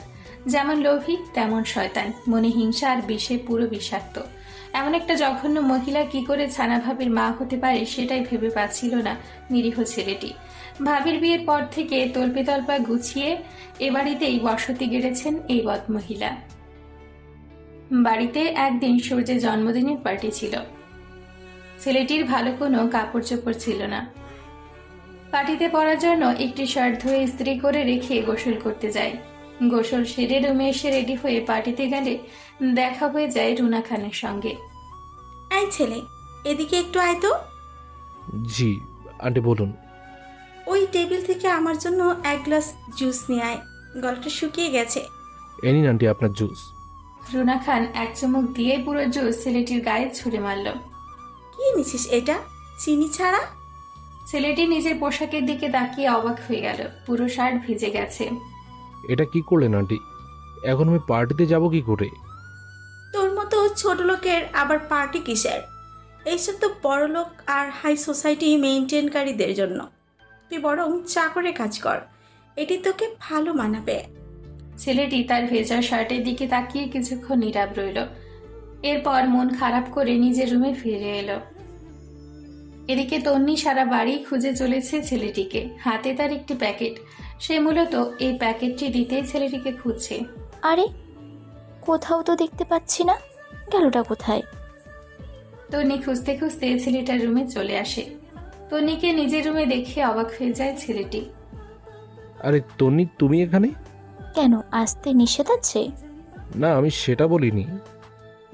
তন্নি ছেলেটার দিকে প্যাকেটটা এগিয়ে দিয়ে বলে ওঠে, এটা তোমার জন্য। কি আছে এখানে? খুলে দেখো কি আছে। ছেলেটি দ্রুত প্যাকেট খুলে অবাক হয়ে বলে ওঠে, নতুন শার্ট। হ্যাঁ, পছন্দ হয়েছে? ছেলেটি তন্নির দেওয়া নতুন শার্ট গায়ে জড়িয়ে পার্টিতে চলে আসে। ছেলেটির গায়ে নতুন শার্ট দেখে রুনা খান বলে ওঠে, তোর মতো ভিখারির গায়ে ব্র্যান্ডেড শার্ট? নিশ্চয়ই সূর্য না হয় আর্যের থেকে চুরি করেছিস। এসব কি বলছেন আন্টি, আমি চুরি করিনি। সানা হঠাৎই এসে, মা এই শার্ট আমি ওকে দিয়েছি, সারাক্ষণ ওর পিছে লেগে কি শান্তি পাও তোমরা? এই ছোট, তুই যা এখান থেকে। রাস্তার ভিখারির সামনে নিজের মেয়ের মুখের এমন অপমান সহ্য করতে পারলেন না রুনা খান। মনে মনে ভাবলেন, শালা ভিখারির বাচ্চা, এই বাড়ি থেকে মিথ্যে অপবাদ দিয়ে তোকে যদি না তাড়িয়েছি, তবে আমার নাম রুনা খান নয়। এমন ফাঁসাবো, পাপ পাপ করে পালাবি। বলে মনে মনে এক জঘন্য ফোন দিয়ে আটল রুনা খান। ফ্ল্যাশব্যাক। দিনটি ছিল শুক্রবার, সকলের আজ ছুটির দিন। বাড়ির প্রত্যেকটা সদস্য ঘুমাচ্ছে। ছেলেটি বাড়ির সকল কাজ গুছিয়ে কেবলই একটু খেতে বসেছে। এরই মধ্যে রুনা খানের গগনভিতারী চিৎকার শুনতে পাওয়া গেল। আল্লাহ রে, আমার সর্বনাশ হয়ে গেল রে, এখন আমার কি হবে? কোথায় পাবো আমি এটা এখন? রুনা খানের কান্নার আওয়াজে একে একে প্রত্যেকেই হুড়মুড় করে ঘুম ভেঙে ড্রয়িং রুমে এসে জড়ো হলো। অবাক হয়ে সকলেই জানতে চাইলো কেন সে কাঁদছে। কি হয়েছে বেআইন? এমন সাত সকালে মরা কান্না জুড়েছেন কেন? কি হয়েছে মা, খুলে বলো কি হয়েছে। তোর বাবার দেওয়া ডায়মন্ডের নেকলেসটা কোথাও পাচ্ছি না রে। সূর্যের জন্মদিনের পার্টি থেকে এসে টেবিলের উপরে রেখেছিলাম বলেই আবার কান্না শুরু করলেন। বেআইন, এভাবে কাঁদবেন না। হয়তো আছে ঘরের ভেতরেই কোথাও একটা, ভালো করে খুঁজলেই পাবেন। সকাল থেকে এই পর্যন্ত খুঁজেই যাচ্ছে, কোথাও পাচ্ছি না। মনে হচ্ছে কেউ চুরি করেছে। এসব কি বলছেন মা? এসিপি আর্য চৌধুরীর বাড়ির জিনিস চুরি করবে এমন চোর জন্ম হয়নি। বাইরের চোরের থেকে ঘরের চোর বেশি ক্ষতিকারক। বাবা, আমি চাই সবার রুম চেক করা হোক। প্রথমে এই বুড়ো হারুন চাচার রুম চেক করা হোক। হারুন চাচা এবাড়ির সবচেয়ে বিশ্বস্ত আর পুরনো কাজের লোক। ইকবাল খানের দাদার আমল থেকে তিনি এই বাড়িতে আছেন। খুব ছোট বয়সে এই বাড়ির আঙিনায় পা রেখেছিলেন হারুন চাচা। তার রুম চেকের কথা শুনে ইকবাল খান বলে উঠল, আপনার মাথা ঠিক আছে বেআইন? হারুন চাচাকে আমার জন্মের পর থেকেই দেখে আসছি। আমার বাপ দাদা এই হারুন চাচার উপর সংসারের দায়িত্ব চাপিয়ে নিশ্চিন্তে থাকতেন। বেআইনের যেহেতু সন্দেহ হচ্ছে, তাহলে করুক না চেক। হারুন চাচা চুরি না করলে ভয় কিসের? রুম চেক করার কথা শুনে বাড়ির সবচেয়ে বৃদ্ধ বয়স্ক চাকর হারুন বলে উঠল, মরার আগে এমনইরও দেখে যেতে হবে ভাবতে পারিনি। 50 বছর ধরে এই বাড়িতে আছি, আজ প্রথম আমার ঘর চেক করা হবে। বাড়ির মেজো ছেলেটি এতক্ষণ ধরে সব পর্যবেক্ষণ করছিল। ঘটনা কি ঘটছে না ঘটছে কিছুই তার বোধগম্য হচ্ছে না। হঠাৎই রুনা খান বলে উঠল, হারুনের পর এই ভিখারির ঘরটাও তল্লাশি চালানো হোক। কালো বারবার আমার হাড়ের দিকে নজর দিয়েছে, আমি দেখেছি। রুনা খানের কথা শুনে ছেলেটি অবাকে চূড়ান্ত পর্যায়ে চলে গেল। এসব কি বলছেন আন্টি? আমি আবার কখন আপনার হাড়ের দিকে নজর দিলাম? এই তুই চুপ থাক, বাড়ির প্রত্যেকটা ঘর তল্লাশি নেওয়া হবে। এই সূর্য চল। সূর্য আর আর্য মিলে একে একে সবার ঘর তল্লাশি চালিয়েও কিছু পেল না। এরপর সবাই ছেলেটির রুমে ঢুকলো। গোছানো রুম নিমিষেই এলোমেলো করে ফেললো আর্য আর সূর্য মিলে। এদিকে ফয়জুল খান গিয়েছেন সকালে নামাজ পড়ে মর্নিং ওয়াক করতে। আর্য সবকিছু খুঁজে শেষে ছেলেটির ছোট আলমারিটি খুলল। কাপড় চোপড় এলোমেলো করে খুঁজতে খুঁজতে বেরিয়ে এলো হীরের হার। সকলেই অবাক হয়ে গেল। এক একজনে এক এক ধরনের কথা বলতে লাগলো। তলে তলে এত বড় চোর হয়েছিস? আমার নাকের ডগায় বসে আমারই শাশুড়ির হার চুরি করেছিস। এর পরিণাম কত ভয়াবহ তুই জানিস? বড় ভাইয়া, বিশ্বাস করো, আমি চুরি করিনি। আমি আসলেই চুরি করিনি। চুরি করিসনি তাহলে এটা হেঁটে হেঁটে তোর রুমে এসে আলমারিতে লুকিয়েছে? মা, আমি সত্যি বলছি। আমি জানি না এই হার কিভাবে আমার আলমারিতে এলো, কিন্তু আমি এটা চুরি করিনি। ইকবাল খান ক্রোধে ফেটে পড়লেন। আশেপাশে খুঁজে সরু লম্বা একটা লাঠি পেলেন। সেটা নিয়ে ছেলেটির দিকে এগিয়ে গেলেন।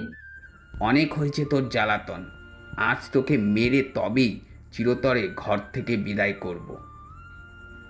বহুত জ্বালিয়েছিস। বাবা, আমাকে মেরো না। আমি সত্যি ওনার হার নেইনি। আমি এই হার দিয়ে কি করব? চোরের মায়ের বড় গলা, ভিখারির ছোট লোক কোথাকার। ইকবাল খান নিজের শরীরের সমস্ত শক্তি দিয়ে ছেলেটিকে পেটালেন। আর ছেলেটি বাঁচার জন্য আকুতি মিনতি করে যাচ্ছে কেঁদে কেঁদে। তবুও ইকবাল খান শুনছেন না। হারুন চাচা এই দৃশ্য দেখে আর সহ্য করতে পারলেন না। ইকবাল খানের হাত ধরে থামিয়ে বলে উঠলেন, ওকে আর মেরো না বাবা। আমি ছোট থেকে ওকে কোলে পিঠে করে মানুষ করেছি। ও কখনো এমন হীন কাজ করতেই পারে না। তোমাদের কোথাও ভুল হচ্ছে। ইকবাল খান রাগে ফুঁসতে থাকলেন। হারুন চাচা অনুনয় বিনয় করে লাঠি কেড়ে নিয়ে ছেলেটিকে হাত ধরে টেনে তুললেন। দাদু ভাই, তুই আমার সাথে আমার রুমে আয়। ছেলেটিকে নিয়ে হারুন চাচা চলে গেলে রুনা খান আরজের রুমে আসেন। আজও খুব মনোযোগের সহিত অফিসের একটা দরকারি ফাইল দেখছিল। এরই মধ্যে রুনা খান বিভিন্ন কথা বলে কাঁদতে শুরু করলেন। বাবা আর্য, তোমার দাদা আর এই হারুনের লাইফে ওই বচ্চার ছেলেটা তোমাদের ঘাড়ে চেপে বসেছে। কোনোদিন দেখবে আলমারি থেকে সোনা দানা টাকা পয়সা সব কিছু নিয়ে পগার পার হয়েছে। তাই বলি কি, আজকেই আপদটাকে বিদায় করো। চেষ্টা তো কম করছি না মা, আঠার মতন লেগেই আছে, কোনোভাবেই ঘর থেকে বের করা যাচ্ছে না। শোনো বাবা, একটা গোপন কথা বলি। এই ছেলে সুযোগ পেলে সানার সাথে হাসি মস্করার সুযোগ খোঁজে, মাঝে মাঝে তো ঠাট্টার ছলে গায়েও হাত দিয়ে দেয়। তাই বলছি বাবা, এভাবে ঝামেলা ফেলে রেখো না, না হলে একদিন দেখবে। রুনা খানকে কথা শেষ করতে না দিয়ে রক্তচক্ষু নিয়ে আর্য তার দোতলার কক্ষ থেকে হনহন করে বেরিয়ে সিঁড়ি বেয়ে নিচে নেমে এলো। আর্যের যাবার পানে দৃষ্টি দিয়ে রুনা খান হা হা করে হেসে ওঠেন। বারুদে আগুন লাগিয়ে দিয়েছে, এখন নিমিষেই জ্বলে খাক হবি। এদিকে হারুন চাচা গোপনে ফয়জুল খানের নম্বর ডায়াল করেন। সাহেব, তাড়াতাড়ি বাসায় আসুন। আপনি নেই সেই সুযোগে ছেলেটিকে রুনা ম্যাডাম মিথ্যে হাড় চুরির অপবাদ দিয়ে সকলের হাতে মার খাওয়াচ্ছে। ঠিক আছে, আমি এক্ষুনি আসছি। হঠাৎই আর্য ছেলেটি রুমে প্রবেশ করে শার্টের কলার ধরে এলোপাথাড়ি থাবড়াতে থাকে। শালা জোচ্চোর, সুযোগ পেলে আমার বউয়ের গায়ে হাত দেওয়া। কি বলছো এসব ভাইয়া? ভাবির গায়ে হাত দেবো কেন? আমি তো ভাবিকে মায়ের চোখে দেখি। তোর চোখই আমি উপড়ে ফেলবো আজ। কি করছো তুমি? ওকে আর মেরো না, ও মরে যাবে। তোমরা সবাই ওকে পেয়েছোটা কি? আর্য ছেলেটিকে ছেড়ে দিয়ে সানা চুলের মুঠি ধরে ফেলল। কেন রে? নাগরের জন্য খুব মায়া হচ্ছে বুঝি? তোকে আর তোর নাগরকে আজ একসাথে জ্যান্ত পুঁতে ফেলবো। বেশ হয়েছে, এই দুজনকে দেখলে মনে জ্বালা ধরে, আজ একটু শান্তি লাগছে। জাহানারা বেগম দুই চোখ ভরে এই দৃশ্য উপভোগ করছেন আর মনে মনে ভাবছেন, বেশ হয়েছে। আর্য হঠাৎই সানার গালের সজোরে চড় মারতে হাত উপরে তোলে। নিমিষে ফয়জুল খান আর্যের হাতের কবজি ধরে আর্যের দুই গালে কুষিয়ে দুটো থাপ্পড় মারে। ঘটনার আকস্মিকতায় সকলে অবাক হয়ে যায়। জাহানারা তার ছেলের এমন অবস্থা দেখে ভাষা হারিয়ে ফেলেন। কি শুরু করেছিস তোরা জানোয়ারের দল? তোদের জন্য ঘর থেকে একটু বের হতে পারবো না। ঘর থেকে বেরোলেই তোদের যুদ্ধ শুরু হয়ে যায়। তুমি জানো তোমার আদরের নাতি এই ভিখারি ছেলেটাকে কি করেছে? না, জানি না, বল কি করেছে। আর্যের শাশুড়ির হীরের হাড় চুরি করেছে এই জোচ্চোরটা, আর তোমার নাতবউ সেই চোরের হয়ে সাফাই গাইছে, সেই জন্য আর্য একটু মেরেছে আর কি।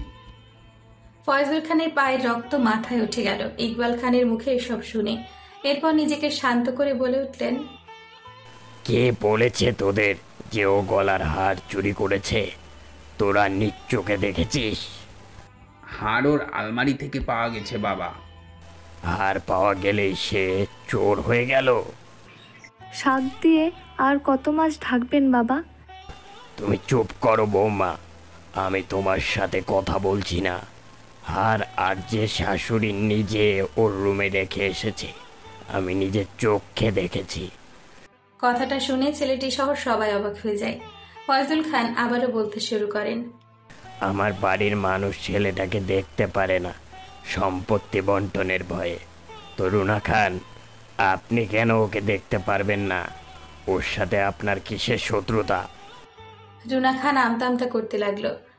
হঠাৎই সানা এসে রুনা খানের হাত চেপে ধরে বলে উঠল, মা, তুমি সত্যি এই কুৎসিত কাজটা করেছো? এই নিরীহ ছেলেটির সাথে এমন জঘন্য কাজ কিভাবে করলে তুমি? আজকে তোমার এই জঘন্য কাজের জন্য সকলে ওকে এইভাবে মারলো। আমি তো আপনাকে কিছু করিনি আন্টি, তবে কেন সকলের সামনে আমাকে চোর সাজালেন? বেয়াই, এই কাজটি আপনি ঠিক করেননি। এর সাথে আমাদের ঘরের সম্মানও জড়িত। জাহানারা সবকিছু দেখে কপাল কুঁচকে দাঁড়িয়ে থাকলেন একপাশে। আর্য, তোর শাশুড়িকে বল আজ এই মুহূর্তে আমার বাড়ি থেকে বের হয়ে যেতে, না হলে আমি দারোয়ান ডেকে ঘাড় ধাক্কা দিয়ে ওনাকে বের করে দেব। আসলে আমার ভুল হয়ে গেছে, আমি বুঝতে পারিনি। আপনারা আমাকে ক্ষমা করবেন প্লিজ। বেরিয়ে যাও এ বাড়ি থেকে মা। আমার শ্বশুর বাড়িতে অনেক থেকেছো তুমি। আমার মনে হয় তোমার এখন নিজের সংসারে ধ্যান দেওয়া উচিত। ব্যাগপত্র গুছিয়ে চলে যান বেআইন। মেয়ের শ্বশুরবাড়িতে মায়ের থাকা শোভনীয়তা দেখায় না। আপনি কি যাবেন নাকি আমি দারোয়ান ডেকে টেনে হিচড়ে বের করব? সকলের অপমানে লজ্জায় মাথা নত করে রুনা খান কাঁদতে কাঁদতে বেরিয়ে গেল। ছোট, তুই আমাকে ক্ষমা করে দিস। ভাবি তোর জন্য কিছুই করতে পারলো না। আমার মায়ের হয়ে তোর কাছে আমি ক্ষমা চাচ্ছি। আমি কিছুই মনে করিনি ভাবি। তুমি প্লিজ আমার সামনে মাথা নত করো না, তাহলে আমার নিজের কাছে আমি ছোট আর অপরাধী হয়ে যাব। শোন, তোদের প্রত্যেকের উদ্দেশ্যে একটা কথা বলি। আমি খুব শীঘ্রই আমার সমস্ত সম্পত্তির ভাগ করব। সেই হিসেবে ছেলেটাও আমার সম্পদের ভাগ পাবে। তাই ভবিষ্যতে কেউ ওর প্রতি কোনো খারাপ আচরণ করবে না। এসব কি বলছো বাবা? এই ভিখারি কেন আমাদের সম্পত্তি ভাগ পাবে? দাদু, আমার কিছুই চাই না। আমার কোনো টাকা পয়সা সম্পত্তি কোনো কিছুরই দরকার নেই দাদু। আমার সম্পদ আমি কাকে দেব না দেব সেটা আমি ভেবে দেখব। বেশ হয়েছে, বুড়োটা অবশেষে সম্পত্তি লিখতে রাজি হয়েছে। একবার সম্পত্তির ভাগ বুঝে পেলেই এক তুড়িতে এই ভিখারিকে বাড়ি ছাড়া করা যাবে। সম্পত্তি বন্টনের কথা শুনে সকলের মনে খুশির আমেজের উদয় হলো। প্রত্যেকে ফয়জুল খানের উপর খুশি হলো। আবার ছেলেটাকে সম্পত্তির ভাগ দেবে শুনে একটু বিরক্ত হলো বটে। ফয়জুল খান ছেলেটির নাম ধরে ডেকে উঠল, চল দাদু ভাই, আমার সাথে আমার রুমে আয়। ছেলেটি ফয়জুল খানের সাথে খুঁড়িয়ে খুঁড়িয়ে ফয়জুল খানের রুমে চলে এলো। আচ্ছা দাদু, তুমি কি করে দেখলে রুনা আন্টি আমার আলমারিতে হার রেখেছে? ছেলেটির শরীরে মলম লাগাতে লাগাতে ফয়জুল খান বলে উঠলেন, আমি সত্যিই কিছু দেখিনি। আমি তো শুধু আন্দাজ করে বলেছি। উনি যে এরকম নিকৃষ্ট একটা কাজ করবে আমি ভাবতেই পারিনি। কিন্তু বাড়ির প্রত্যেকে যে তোকে ফাঁসিয়ে বাড়ি থেকে ভাগাতে চাইছে এটা ঠিক আন্দাজ করতে পেরেছিলাম। খুব ভালো লেগেছে তোর, তাই না দাদু ভাই? আমি এসবে অভ্যস্ত হয়ে গেছি দাদু ভাই।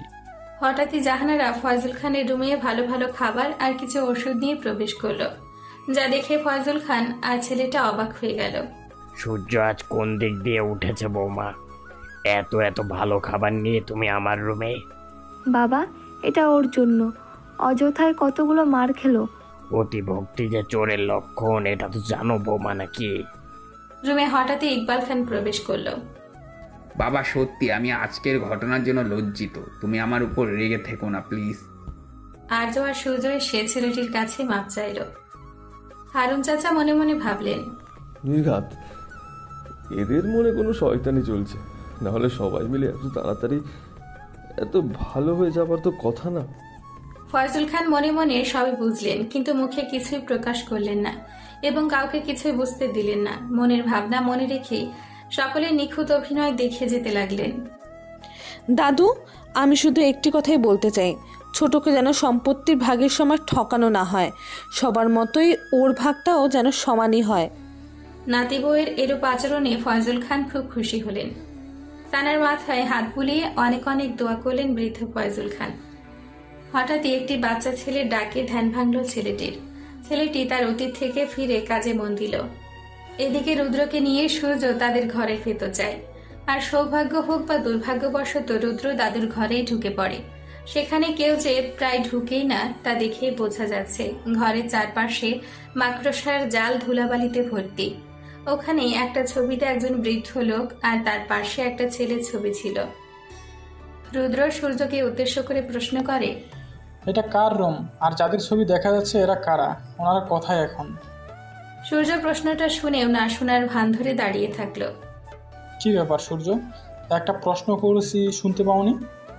রুদ্র বারবার সূর্যকে জিজ্ঞেস করে যাচ্ছে যে ছবিতে যেই বৃদ্ধ আর একটি ছেলেকে দেখা যাচ্ছে এনারা কোথায়। সূর্য ততই এড়িয়ে যাবার ভান করে। অবশেষে রুদ্র গলায় কাঠিন্য ভাব এনে জিজ্ঞেস করলো, তোমাকে সেই কখন থেকে একই প্রশ্ন বারবার করে চলেছি, উত্তর দিচ্ছ না কেন? সরি স্যার, আমি খেয়াল করিনি ছবির বৃদ্ধ লোকটি আমার দাদু। তো বিয়ে বাড়িতে কোথাও ওনাকে দেখছি না তো। কিভাবে দেখবে স্যার? 2 বছর আগে হার্ট অ্যাটাকে মারা গিয়েছে দাদু। বৃদ্ধের মৃত্যুর সংবাদ শুনে খুব কষ্ট পেল রুদ্র। এরপর পাশে থাকা ছেলেটির বিষয়েও জানতে চাইল। যদিও রুদ্র জানে পাশে ছেলেটিকে, তবুও সূর্যের মুখ থেকে উত্তর শোনার খায়েশ জাগলো তার। এদিকে রুদ্রের বারবার এই ছেলের সম্পর্কে প্রশ্ন শুনে শরীরে জ্বালা ধরে গেল। অবশেষে এক প্রকার রাগ দেখিয়েই বলল, ওর নাম তুর্য, দাদুর চাকর ছিল। ওকেও কোথাও দেখছি না কেন? জানি না, ও মরে গেছে। বলে হনহন করে কক্ষ থেকে বের হয়ে গেল সূর্য। সূর্যের এমন ক্রূর আচরণে বাঁকা হাসল রুদ্র। হঠাৎই রুদ্রের ফোন ভাইব্রেশন হতে লাগলো। পকেট হাতড়ে ফোন বের করতে স্ক্রিনে কাঙ্ক্ষিত ব্যক্তির নম্বর দেখে ঠোঁটের হাসি প্রশস্ত হলো রুদ্রের। ফোন কানে তুলে রুমের এক কর্নারে গিয়ে বলে উঠল, এই কথাই তুই? বিয়ে বাড়িতে এসে থেকেই খুঁজে চলেছি তোকে, কিন্তু কোথাও পাওয়া যাচ্ছে না তোকে। চিন্তার কিছুই নেই রুদ্র, আমি এই বিয়ে বাড়িতেই আছি কোথাও একটা। সুযোগ পেলেই ঠিক তোর সামনে আসবো। ঠিক আছে, রাখছি। রুদ্র ফোন কেটে বাইরে আসতেই সূর্যের সাথে দেখা হলো রুদ্রের। এরপর রুদ্র আর সূর্য মিলে পুরো বাড়িটি দেখতে লাগলো। হঠাৎই রুদ্রের সূর্যের বলা কথাটা মনে পড়ে এবং সে একটা সাইডে গিয়ে পরিচিত সেই নম্বরে ফোন করে। হ্যালো। জানিস, ঘুরতে ঘুরতে তোর আর দাদুর ছবি পেলাম দাদুর ঘরে। সূর্যকে তোর কথা জিজ্ঞেস করতেই বলে উঠলো তুই নাকি মারা গিয়েছিস। নিজের মৃত্যুর কথা শুনে ছেলেটি খুব দুঃখ পেল এবং তার একটি জঘন্য অতীত মনে পড়ে গেল। ফ্ল্যাশব্যাক। সূর্য আর ওই ছেলেটি একই কলেজে পড়াশোনা করত। যদিও সূর্য ছেলেটির থেকে 2 বছরের ছোট, তবুও তারা একই কলেজে পড়ত। সূর্য কলেজের খারাপ বখাটে ছেলেদের সাথে মিশে গোল্লায় যাচ্ছিল। মদ, গাঁজা, নেশা, ভাঙ এগুলোই যেন ছিল তার প্রধান কাজ। শুধু তাই নয়, কলেজের প্রত্যেকটা মেয়েকে সূর্য বিরক্ত করত। অনেকদিন ছেলেটি নিজের চোখে এসব দেখার পর সিদ্ধান্ত নেয় যে ও দাদুকে সব জানাবে। আজকে বাসায় গিয়ে দাদুকে সব জানাতে হবে। সূর্যকে এই পথ থেকে ফেরাতে হবে। ছেলেটি কলেজ থেকে ফিরেই ফয়জুল খানের কাছে চলে যায়। দাদু, আমি আজকে তোমাকে কিছু কথা বলতে চাই। কি কথা দাদু ভাই? এরপর ছেলেটি ইতস্তত করতে থাকে। ভয়ের কিছুই নেই দাদু ভাই, যা বলতে চাও তা সরাসরি বলে ফেলো। দাদু ভাই, সূর্য কলেজের নষ্ট ছেলেদের খপ্পরে পড়েছে। সে মেয়েদের বিরক্ত করে, শুধু তাই নয়, মদ, গাঁজা, সিগারেটও খায়। ছেলেটির মুখে সূর্য সম্পর্কে এমন কথা শুনে ফয়জুল খান রাগে কাঁপতে থাকেন। এরপর সূর্য বলে হুঙ্কার ছাড়েন। ড্রয়িং রুমে দাঁড়িয়ে আছে বাড়ির প্রত্যেকটি সদস্য। কি হয়েছে বাবা? সূর্যকে এভাবে ডাকছেন কেন? সেটা তোমার ছেলেকে জিজ্ঞেস করো, কি করেছে সে। কি করছিস? আমি তো সেরকম কিছু করিনি বাবা। কিছুই করিসনি? আহা দাদু ভাই, ভনিতা না করে কি করেছে সেটা বলে দিলেই তো পারো। এরপর ফয়জুল খান রাগে কাঁপতে কাঁপতে বলতে থাকেন, তোদের ছেলে কলেজে গিয়ে নষ্টামি করে বেড়াচ্ছে। বাড়ি থেকে কারি কারি টাকা নিয়ে মদ, গাঁজা, সিগারেট খেয়ে রক্ত পানি করার টাকা উড়াচ্ছে। তোর ছেলের জন্য কোনো মেয়ে কলেজে ঢুকতে পারে না। সূর্য সম্পর্কে এমন কথা শুনে প্রত্যেকে অবাকের চরম পর্যায়ে পৌঁছে যায়। ফয়জুল খান নিজের রাগ সংবরণ করতে না পেরে সূর্যের গালের সপাটে 2 চড় লাগিয়ে দেয়। মায়ের আদর পেয়ে পেয়ে খুব শেয়ানা হয়েছিস না? দাদু ভাই, সূর্য যে সত্যি এমন করেছে এর প্রমাণ কি আছে তোমার কাছে? এই ছেলে নিজের চোখে দেখেছে তোর ভাইকে অসভ্যতামি করতে।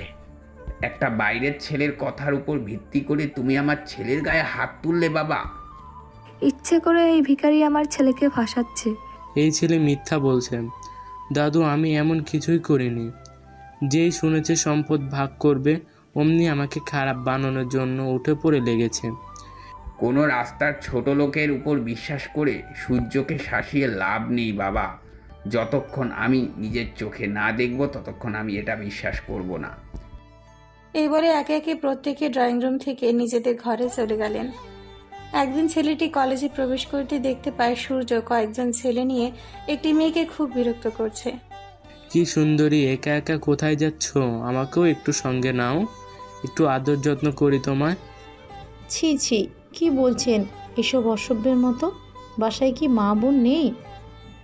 হঠাৎই সূর্য মেয়েটির সামনে দাঁড়িয়ে তার বুক থেকে ওড়না নামিয়ে ফেলে। মা বোন আছে, কিন্তু মনোরঞ্জন করার তো কেউ নেই। তোর এক রাতের চার্জ কত রে? প্লিজ ভাইয়া, আমাকে যেতে দিন।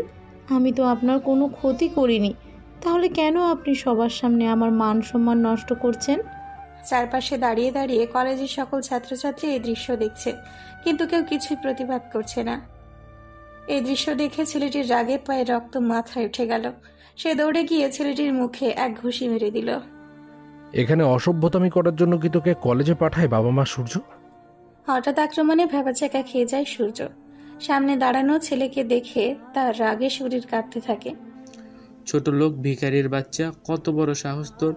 তুই ইকবাল খানের ছেলে সূর্যর গায়ে হাত দিস? তোর এই হাত যদি আমি ভেঙে টুকরো টুকরো না করেছি তবে আমার নাম সূর্য নয়। ছেলেটি মেয়েটির শরীরে ওনা দিয়ে ঠেকে বলে ওঠে, তুমি এখান থেকে যাও বোন। আপনাকে আমি অনেক ধন্যবাদ ভাইয়া। সূর্য ছেলেটিকে আঘাত করার জন্য এগিয়ে আসতে নিলে ছেলেটি আরো দু কয়েক ঘা সূর্যকে লাগিয়ে দেয়। তোকে দেখে নেব আমি, জানোয়ারের বাচ্চা ভিখারি। সূর্য বাড়ি এসে কাঁদতে কাঁদতে বাড়ির সকল সদস্যকে ড্রয়িং রুমে জড়ো করে। কি হয়েছে বাবা, এভাবে কাঁদছিস কেন? আর তোর ঠোঁটের কোনায় রক্ত কেন? জানো মা, ওই ভিখারির বাচ্চা আমাকে এভাবে মেরেছে। ও তোমাকে এমনি এমনি কেন মারবে সূর্য? বলছি সব সময় ওই ছেলের হয়ে ওকালতি না করলে কি তোমার পেটের ভাত হজম হয় না বৌমা? কি হয়েছে বাবা? কে তোকে মেরেছে এভাবে? জানো বাবা, এই ছেলে কলেজের একটা মেয়ের ওড়না ধরে টানাটানি করছিল। আমি দেখে ওখানে গিয়ে মেয়েটির পাশে দাঁড়িয়ে জিজ্ঞেস করলাম, কি ব্যাপার ভাইয়া, তুমি মেয়েটাকে এভাবে হেনস্থা করছো কেন? ও বলল, সে কৈফিয়ত কি তোকে দেব? যা ভাগ এখান থেকে, আমার কাজে বাধা হয়ে দাঁড়াস না। এরপরে যে আমি প্রতিবাদ করতে গেলাম অমনি তার সাঙ্গপাঙ্গ নিয়ে আমাকে এভাবে পেটালো। তুমি জানো বাবা, ওই ছেলে বাড়ি থেকে টাকা চুরি করে কলেজে নিয়ে গিয়ে বন্ধুদের সাথে নেশা পানি খায়। ইকবাল খান রাগে ফুঁসতে ফুঁসতে চিল্লে উঠলেন, বাবা বাবা, দেখে যাও তোমার গুণধর নাতির কুকীর্তি। বুড়োটা আজ বাসায় নেই, তার বন্ধুর বাড়ি গিয়েছে সেই সকালে।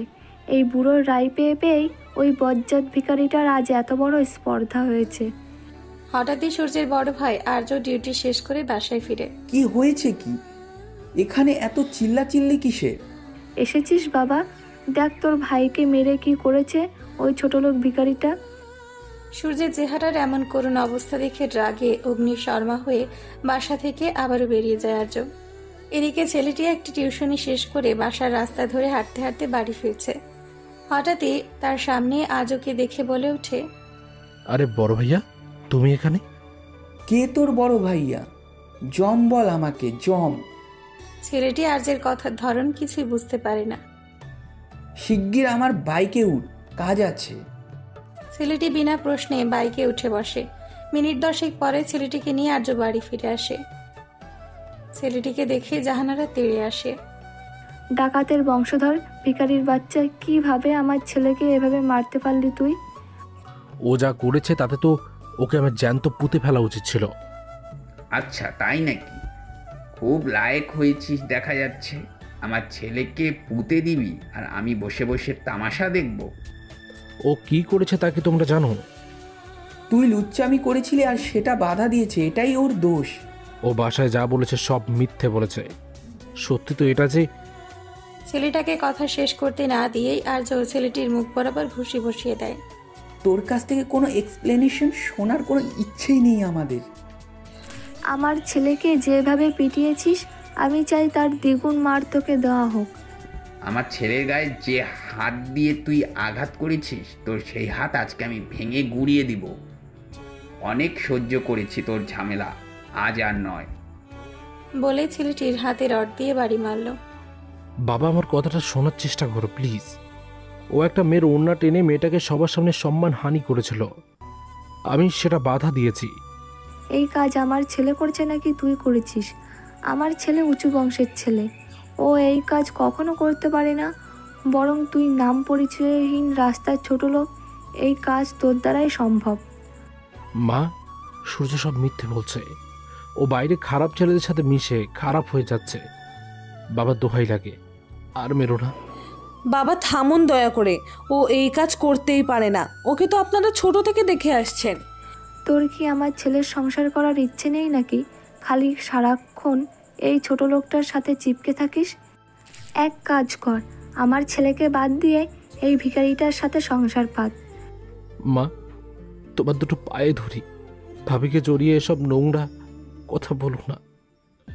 ভাবি আমার কাছে মায়ের সমান, দরকার হলে আমাকে পিটিয়ে মেরে ফেলো, তবুও ভাবিকে অকথ্য ভাষায় কিচ্ছু বলো না।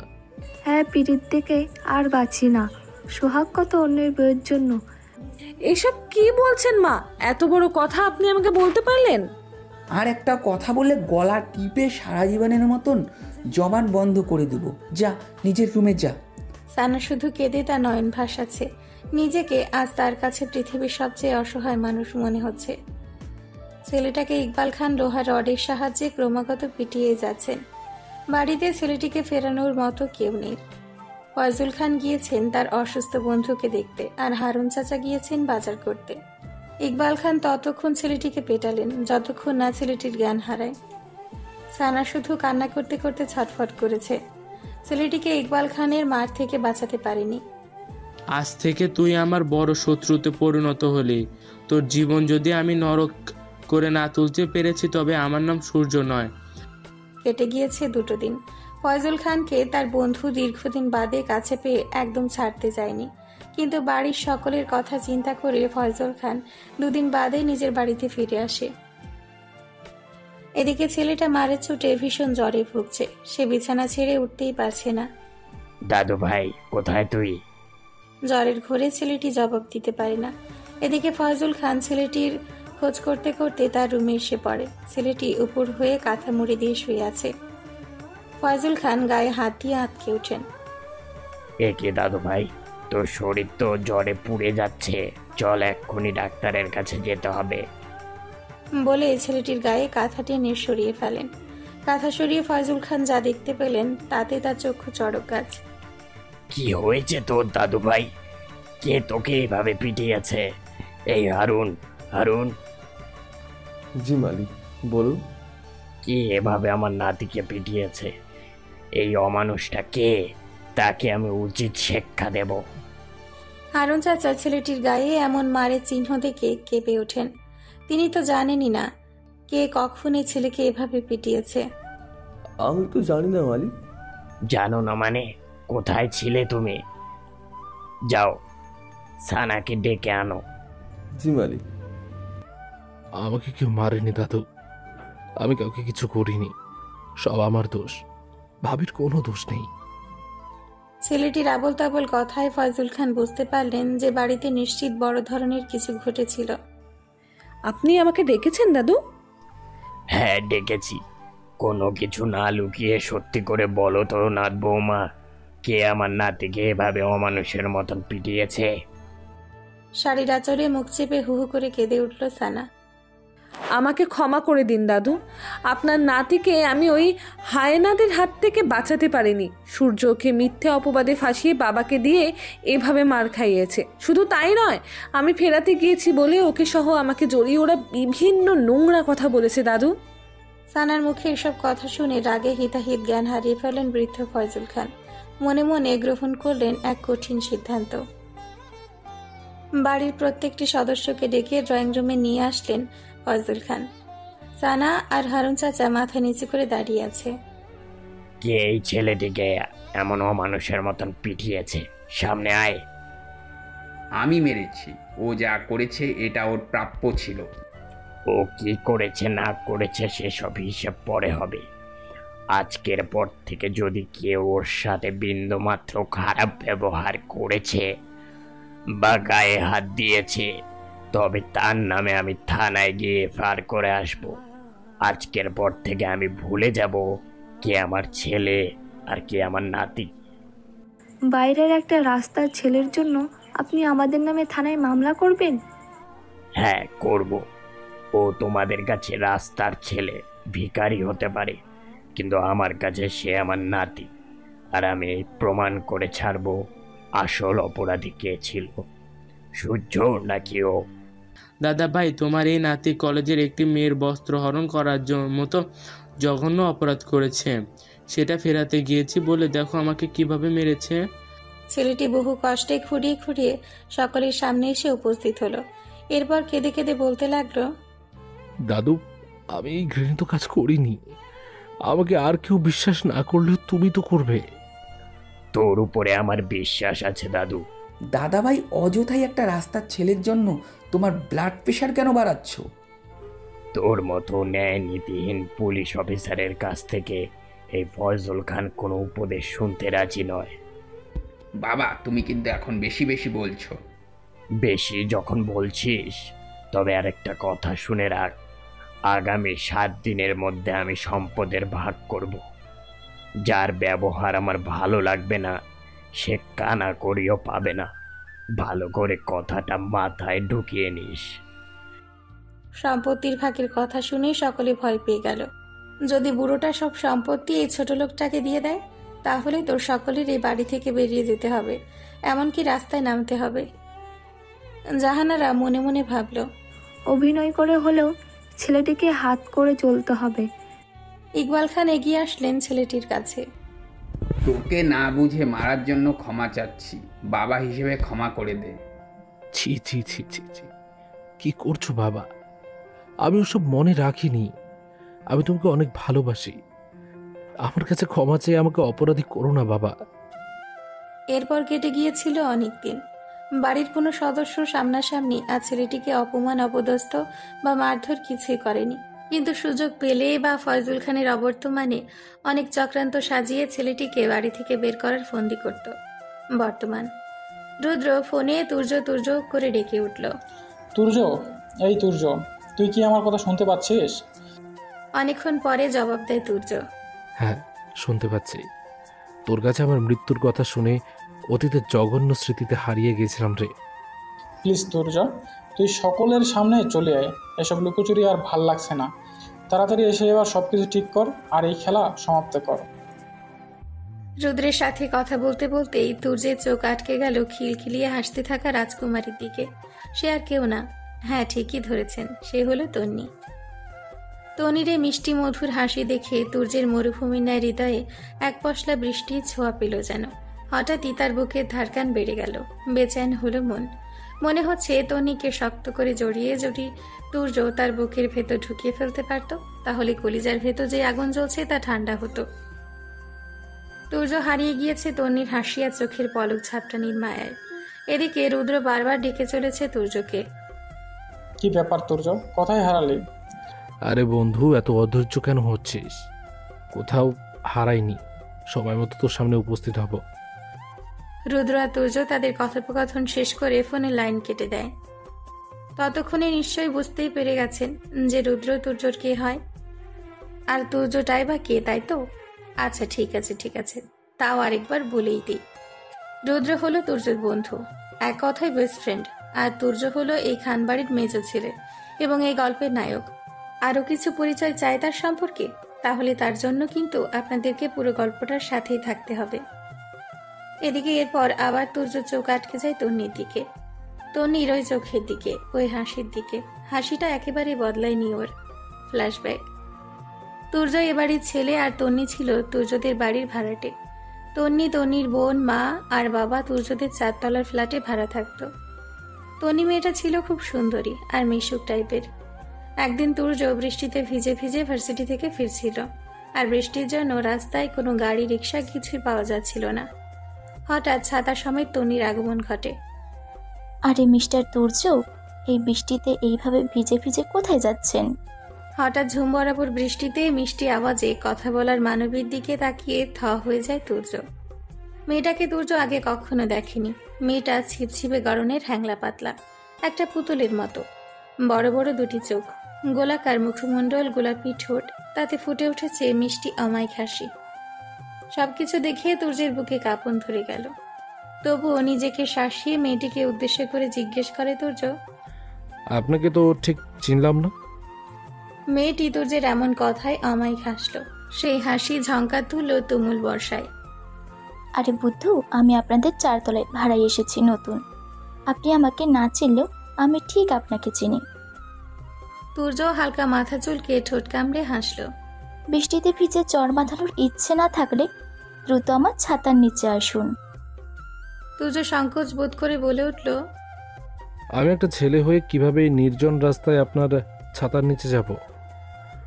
আরে আসুন তো, বলেই তন্নি তুর্যের হাত ধরে টেনে ছাতার নিচে নিয়ে আসে।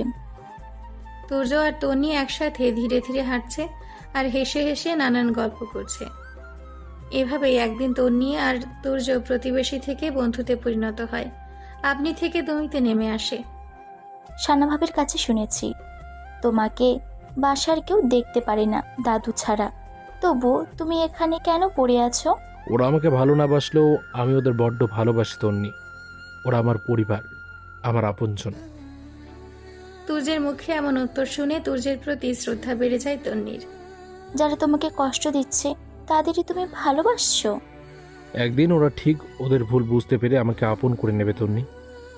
এরপর তুর্যের সাথে মিশতে মিশতে ধীরে ধীরে তন্নি তুর্যের প্রেমে পড়ে যায়, কিন্তু মেয়েদের বুক ফাটে তো মুখ ফুটে না। একদিন তন্নি নিজের হাতে পায়েস আর গাজরের হালুয়া রান্না করে তুর্যকে দেখা করতে বলে। কি ব্যাপার তন্নি, এখানে কেন ডাকছো? বসো, তোমার জন্য একটা সারপ্রাইজ আছে। তাই নাকি? দেখি কি সারপ্রাইজ। চোখ বন্ধ করো। আচ্ছা, এই চোখ বন্ধ করলাম। তন্নি তার হাতের বক্স দুটো তুর্যের চোখের সামনে এনে বলে ওঠে। তুর্য চোখ খুলে বক্স দেখে জিজ্ঞেস করে, কি আছে এতে? খুলে দেখো। বক্স খুলে গাজরের হালুয়া আর পায়েস দেখে তুর্য অনেক খুশি হয়ে যায়। তুমি কি করে জানলে তন্নি যে গাজরের হালুয়া আর পায়েস আমি পছন্দ করি? সানাভাবে বলেছে। তাড়াতাড়ি মুখ তুলে বলো কেমন হয়েছে। তুর্য এক চামচ হালুয়া মুখে তুলে আবেশে চোখ বন্ধ করে ফেলে। এরপর বলে উঠল, মনে হচ্ছে তোমার হাত সহ খেয়ে ফেলি। এটা শুনে তন্নি হাসতে হাসতে তুর্যের উপর ঢলে পড়ে যাচ্ছিল। এদিকে সেই হাসি দেখে কারো বুকে হৃদস্পন্দন বেড়ে যাচ্ছিল। তুর্য খাওয়া বাদ দিয়ে সেই হাসি উপভোগ করলো। অবশেষে তুর্য তন্নির হাত ধরে ফেলল খপ করে। নিমিষেই তন্নি হাসি থামিয়ে তুর্যের চোখের দিকে তাকালো। তুর্য আদরে কণ্ঠে বলে উঠল, তন্নি, আমি তোকে ভালোবেসে ফেলেছি। তোমাকে না দেখলে, তোমার কথা না শুনলে, তোমার এই হাসি মুখ না দেখলে নিজেকে পাগল পাগল লাগে। আমি তোমাকে টাকা পয়সা গাড়ি বাড়ি কিছুই দিতে পারবো না, শুধু হৃদয় উজাড় করে ভালোবাসতে পারবো। তুমি কি আমার হবে তন্নি? আমিও তোমাকে ভালোবাসি তুর্য। তোমার আগে আমি তোমাকে প্রপোজ করতে চেয়েছিলাম, কিন্তু লজ্জায় পারিনি। আমি যদি তোমাকে একটু জড়িয়ে ধরি, তুমি কি রাগ করবে তন্নি? তুর্যের কথা শেষ হতে না হতেই তন্নি তুর্যকে জড়িয়ে ধরে। আজকে তুর্যকে পৃথিবীর সবচাইতে সুখী মানুষ মনে হচ্ছে। সানার কাছে তন্নি তুর্যের এমন অমানবিক নির্যাতনের কথা শুনে তার মার কাছে গিয়ে সব বলতো। তন্নির মা মিসেস তনিমা বেগম খুবই নরম আর শান্ত মনের মানুষ। তুর্যের এমন কষ্টের কথা শুনে তিনিও মাঝে মাঝে কেঁদে ফেলতেন। তন্নি একদিন ওর মাকে জানায়, মা, তোমাকে একটা গোপন কথা বলতে চাই। কি কথা মা? মা, আমি তুর্যকে ভালোবাসি। তুর্যকে ছাড়া আমি বাঁচবো না। মেয়ের মুখে এমন কথা শুনে আকাশ থেকে পড়েন তনিমা বেগম। যা বলেছিস আমার সামনে বলেছিস। তোর বাবা জানলে একদম মেরে ফেলবে তোকে। আর ইকবাল খানের কাছে অযথা এটা সেটা বানিয়ে বলে ছেলেটাকে মার খাওয়াবে। তন্নির থেকে 1.5 বছরের ছোট তার বোন তিন্নি। তিন্নির মা ও তন্নির কথার মাঝে তিন্নি বলে ওঠে, মা, ছেলেটা অনেক ভদ্র। শুধু তাই নয়, ভার্সিটিতে টপ স্টুডেন্ট সে, প্রচুর ব্রিলিয়েন্ট। দিনে দিনে তন্নি আর তুর্যের প্রেম ভালোবাসা সকলের নজরে আসতে থাকে। তন্নি তুর্যের সাথে বিভিন্ন জায়গায় ঘুরতে যেত আর নিজের সেভিংসের টাকা দিয়ে তুর্যকে এটা সেটা গিফট করত। তন্নির মা তুর্যকে অনেক পছন্দ করতেন। একদিন তন্নিকে ডেকে বললেন, হ্যাঁ রে তন্নি, একদিন তুর্যকে বাসায় ডাক। সানার কাছে শুনেছি ছেলেটাকে ওরা ভালো মতো খেতে দেয় না, তাই আমি ওকে পাশে বসে একটু খাওয়াতে চাই। হঠাৎই তন্নির বাবা ইরফান রহমান সেখানে উপস্থিত হন। তনিমার কথা শুনে রাগে অগ্নিমূর্তি ধারণ করে বলেন, টাকা কি গাছে ধরে তনিমা? আমি কি এখানে নোংরখানা খুলে বসেছি? গরিব ভিখারি এসে খেয়ে যাবে? এসব কি বলছো বাবা? ও গরিব ভিখারি কিভাবে হয়? তুর্য ভাইয়া আমার বড় ভাইয়ের মতো বাবা, তাকে নিয়ে কোনো খারাপ মন্তব্য করবে না। করবো, 100 বার করবো। আমার বাসায় যদি ওই ছোট লোকটাকে দেখেছি তবে ঘাড় ধাক্কা দিয়ে বের করে দিব, আমি এই বলে দিলাম। কেটে গিয়েছে অনেকদিন।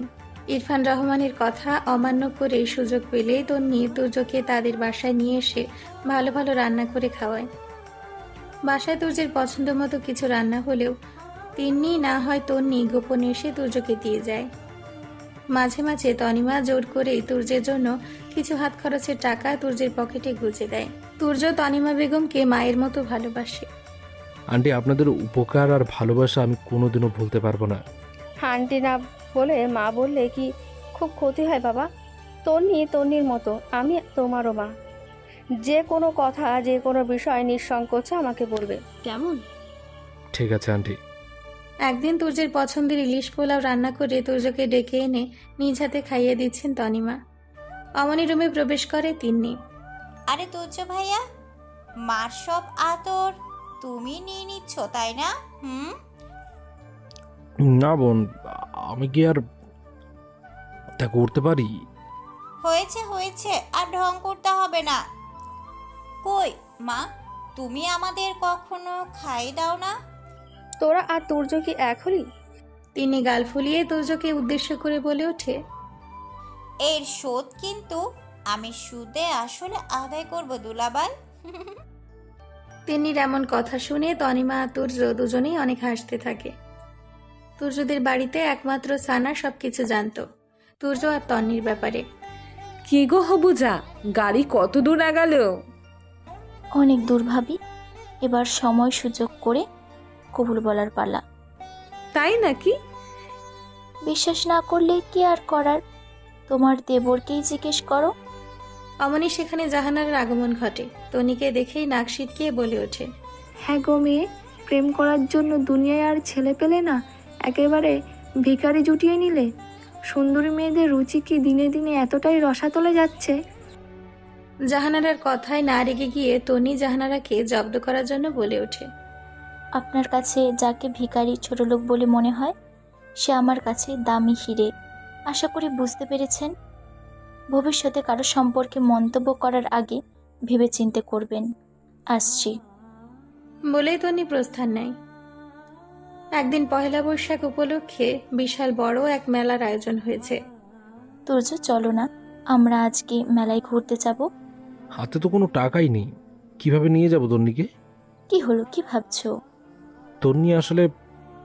আরে চলো তো, কিছুই কিনবো না, জাস্ট ঘুরে চলে আসবো।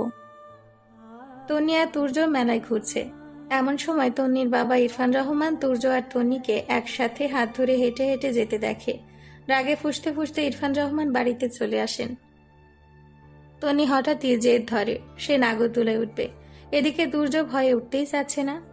প্লিজ তন্নি, আমার অনেক ভয় লাগছে, আমি মরে যাব, আমি উঠবো না।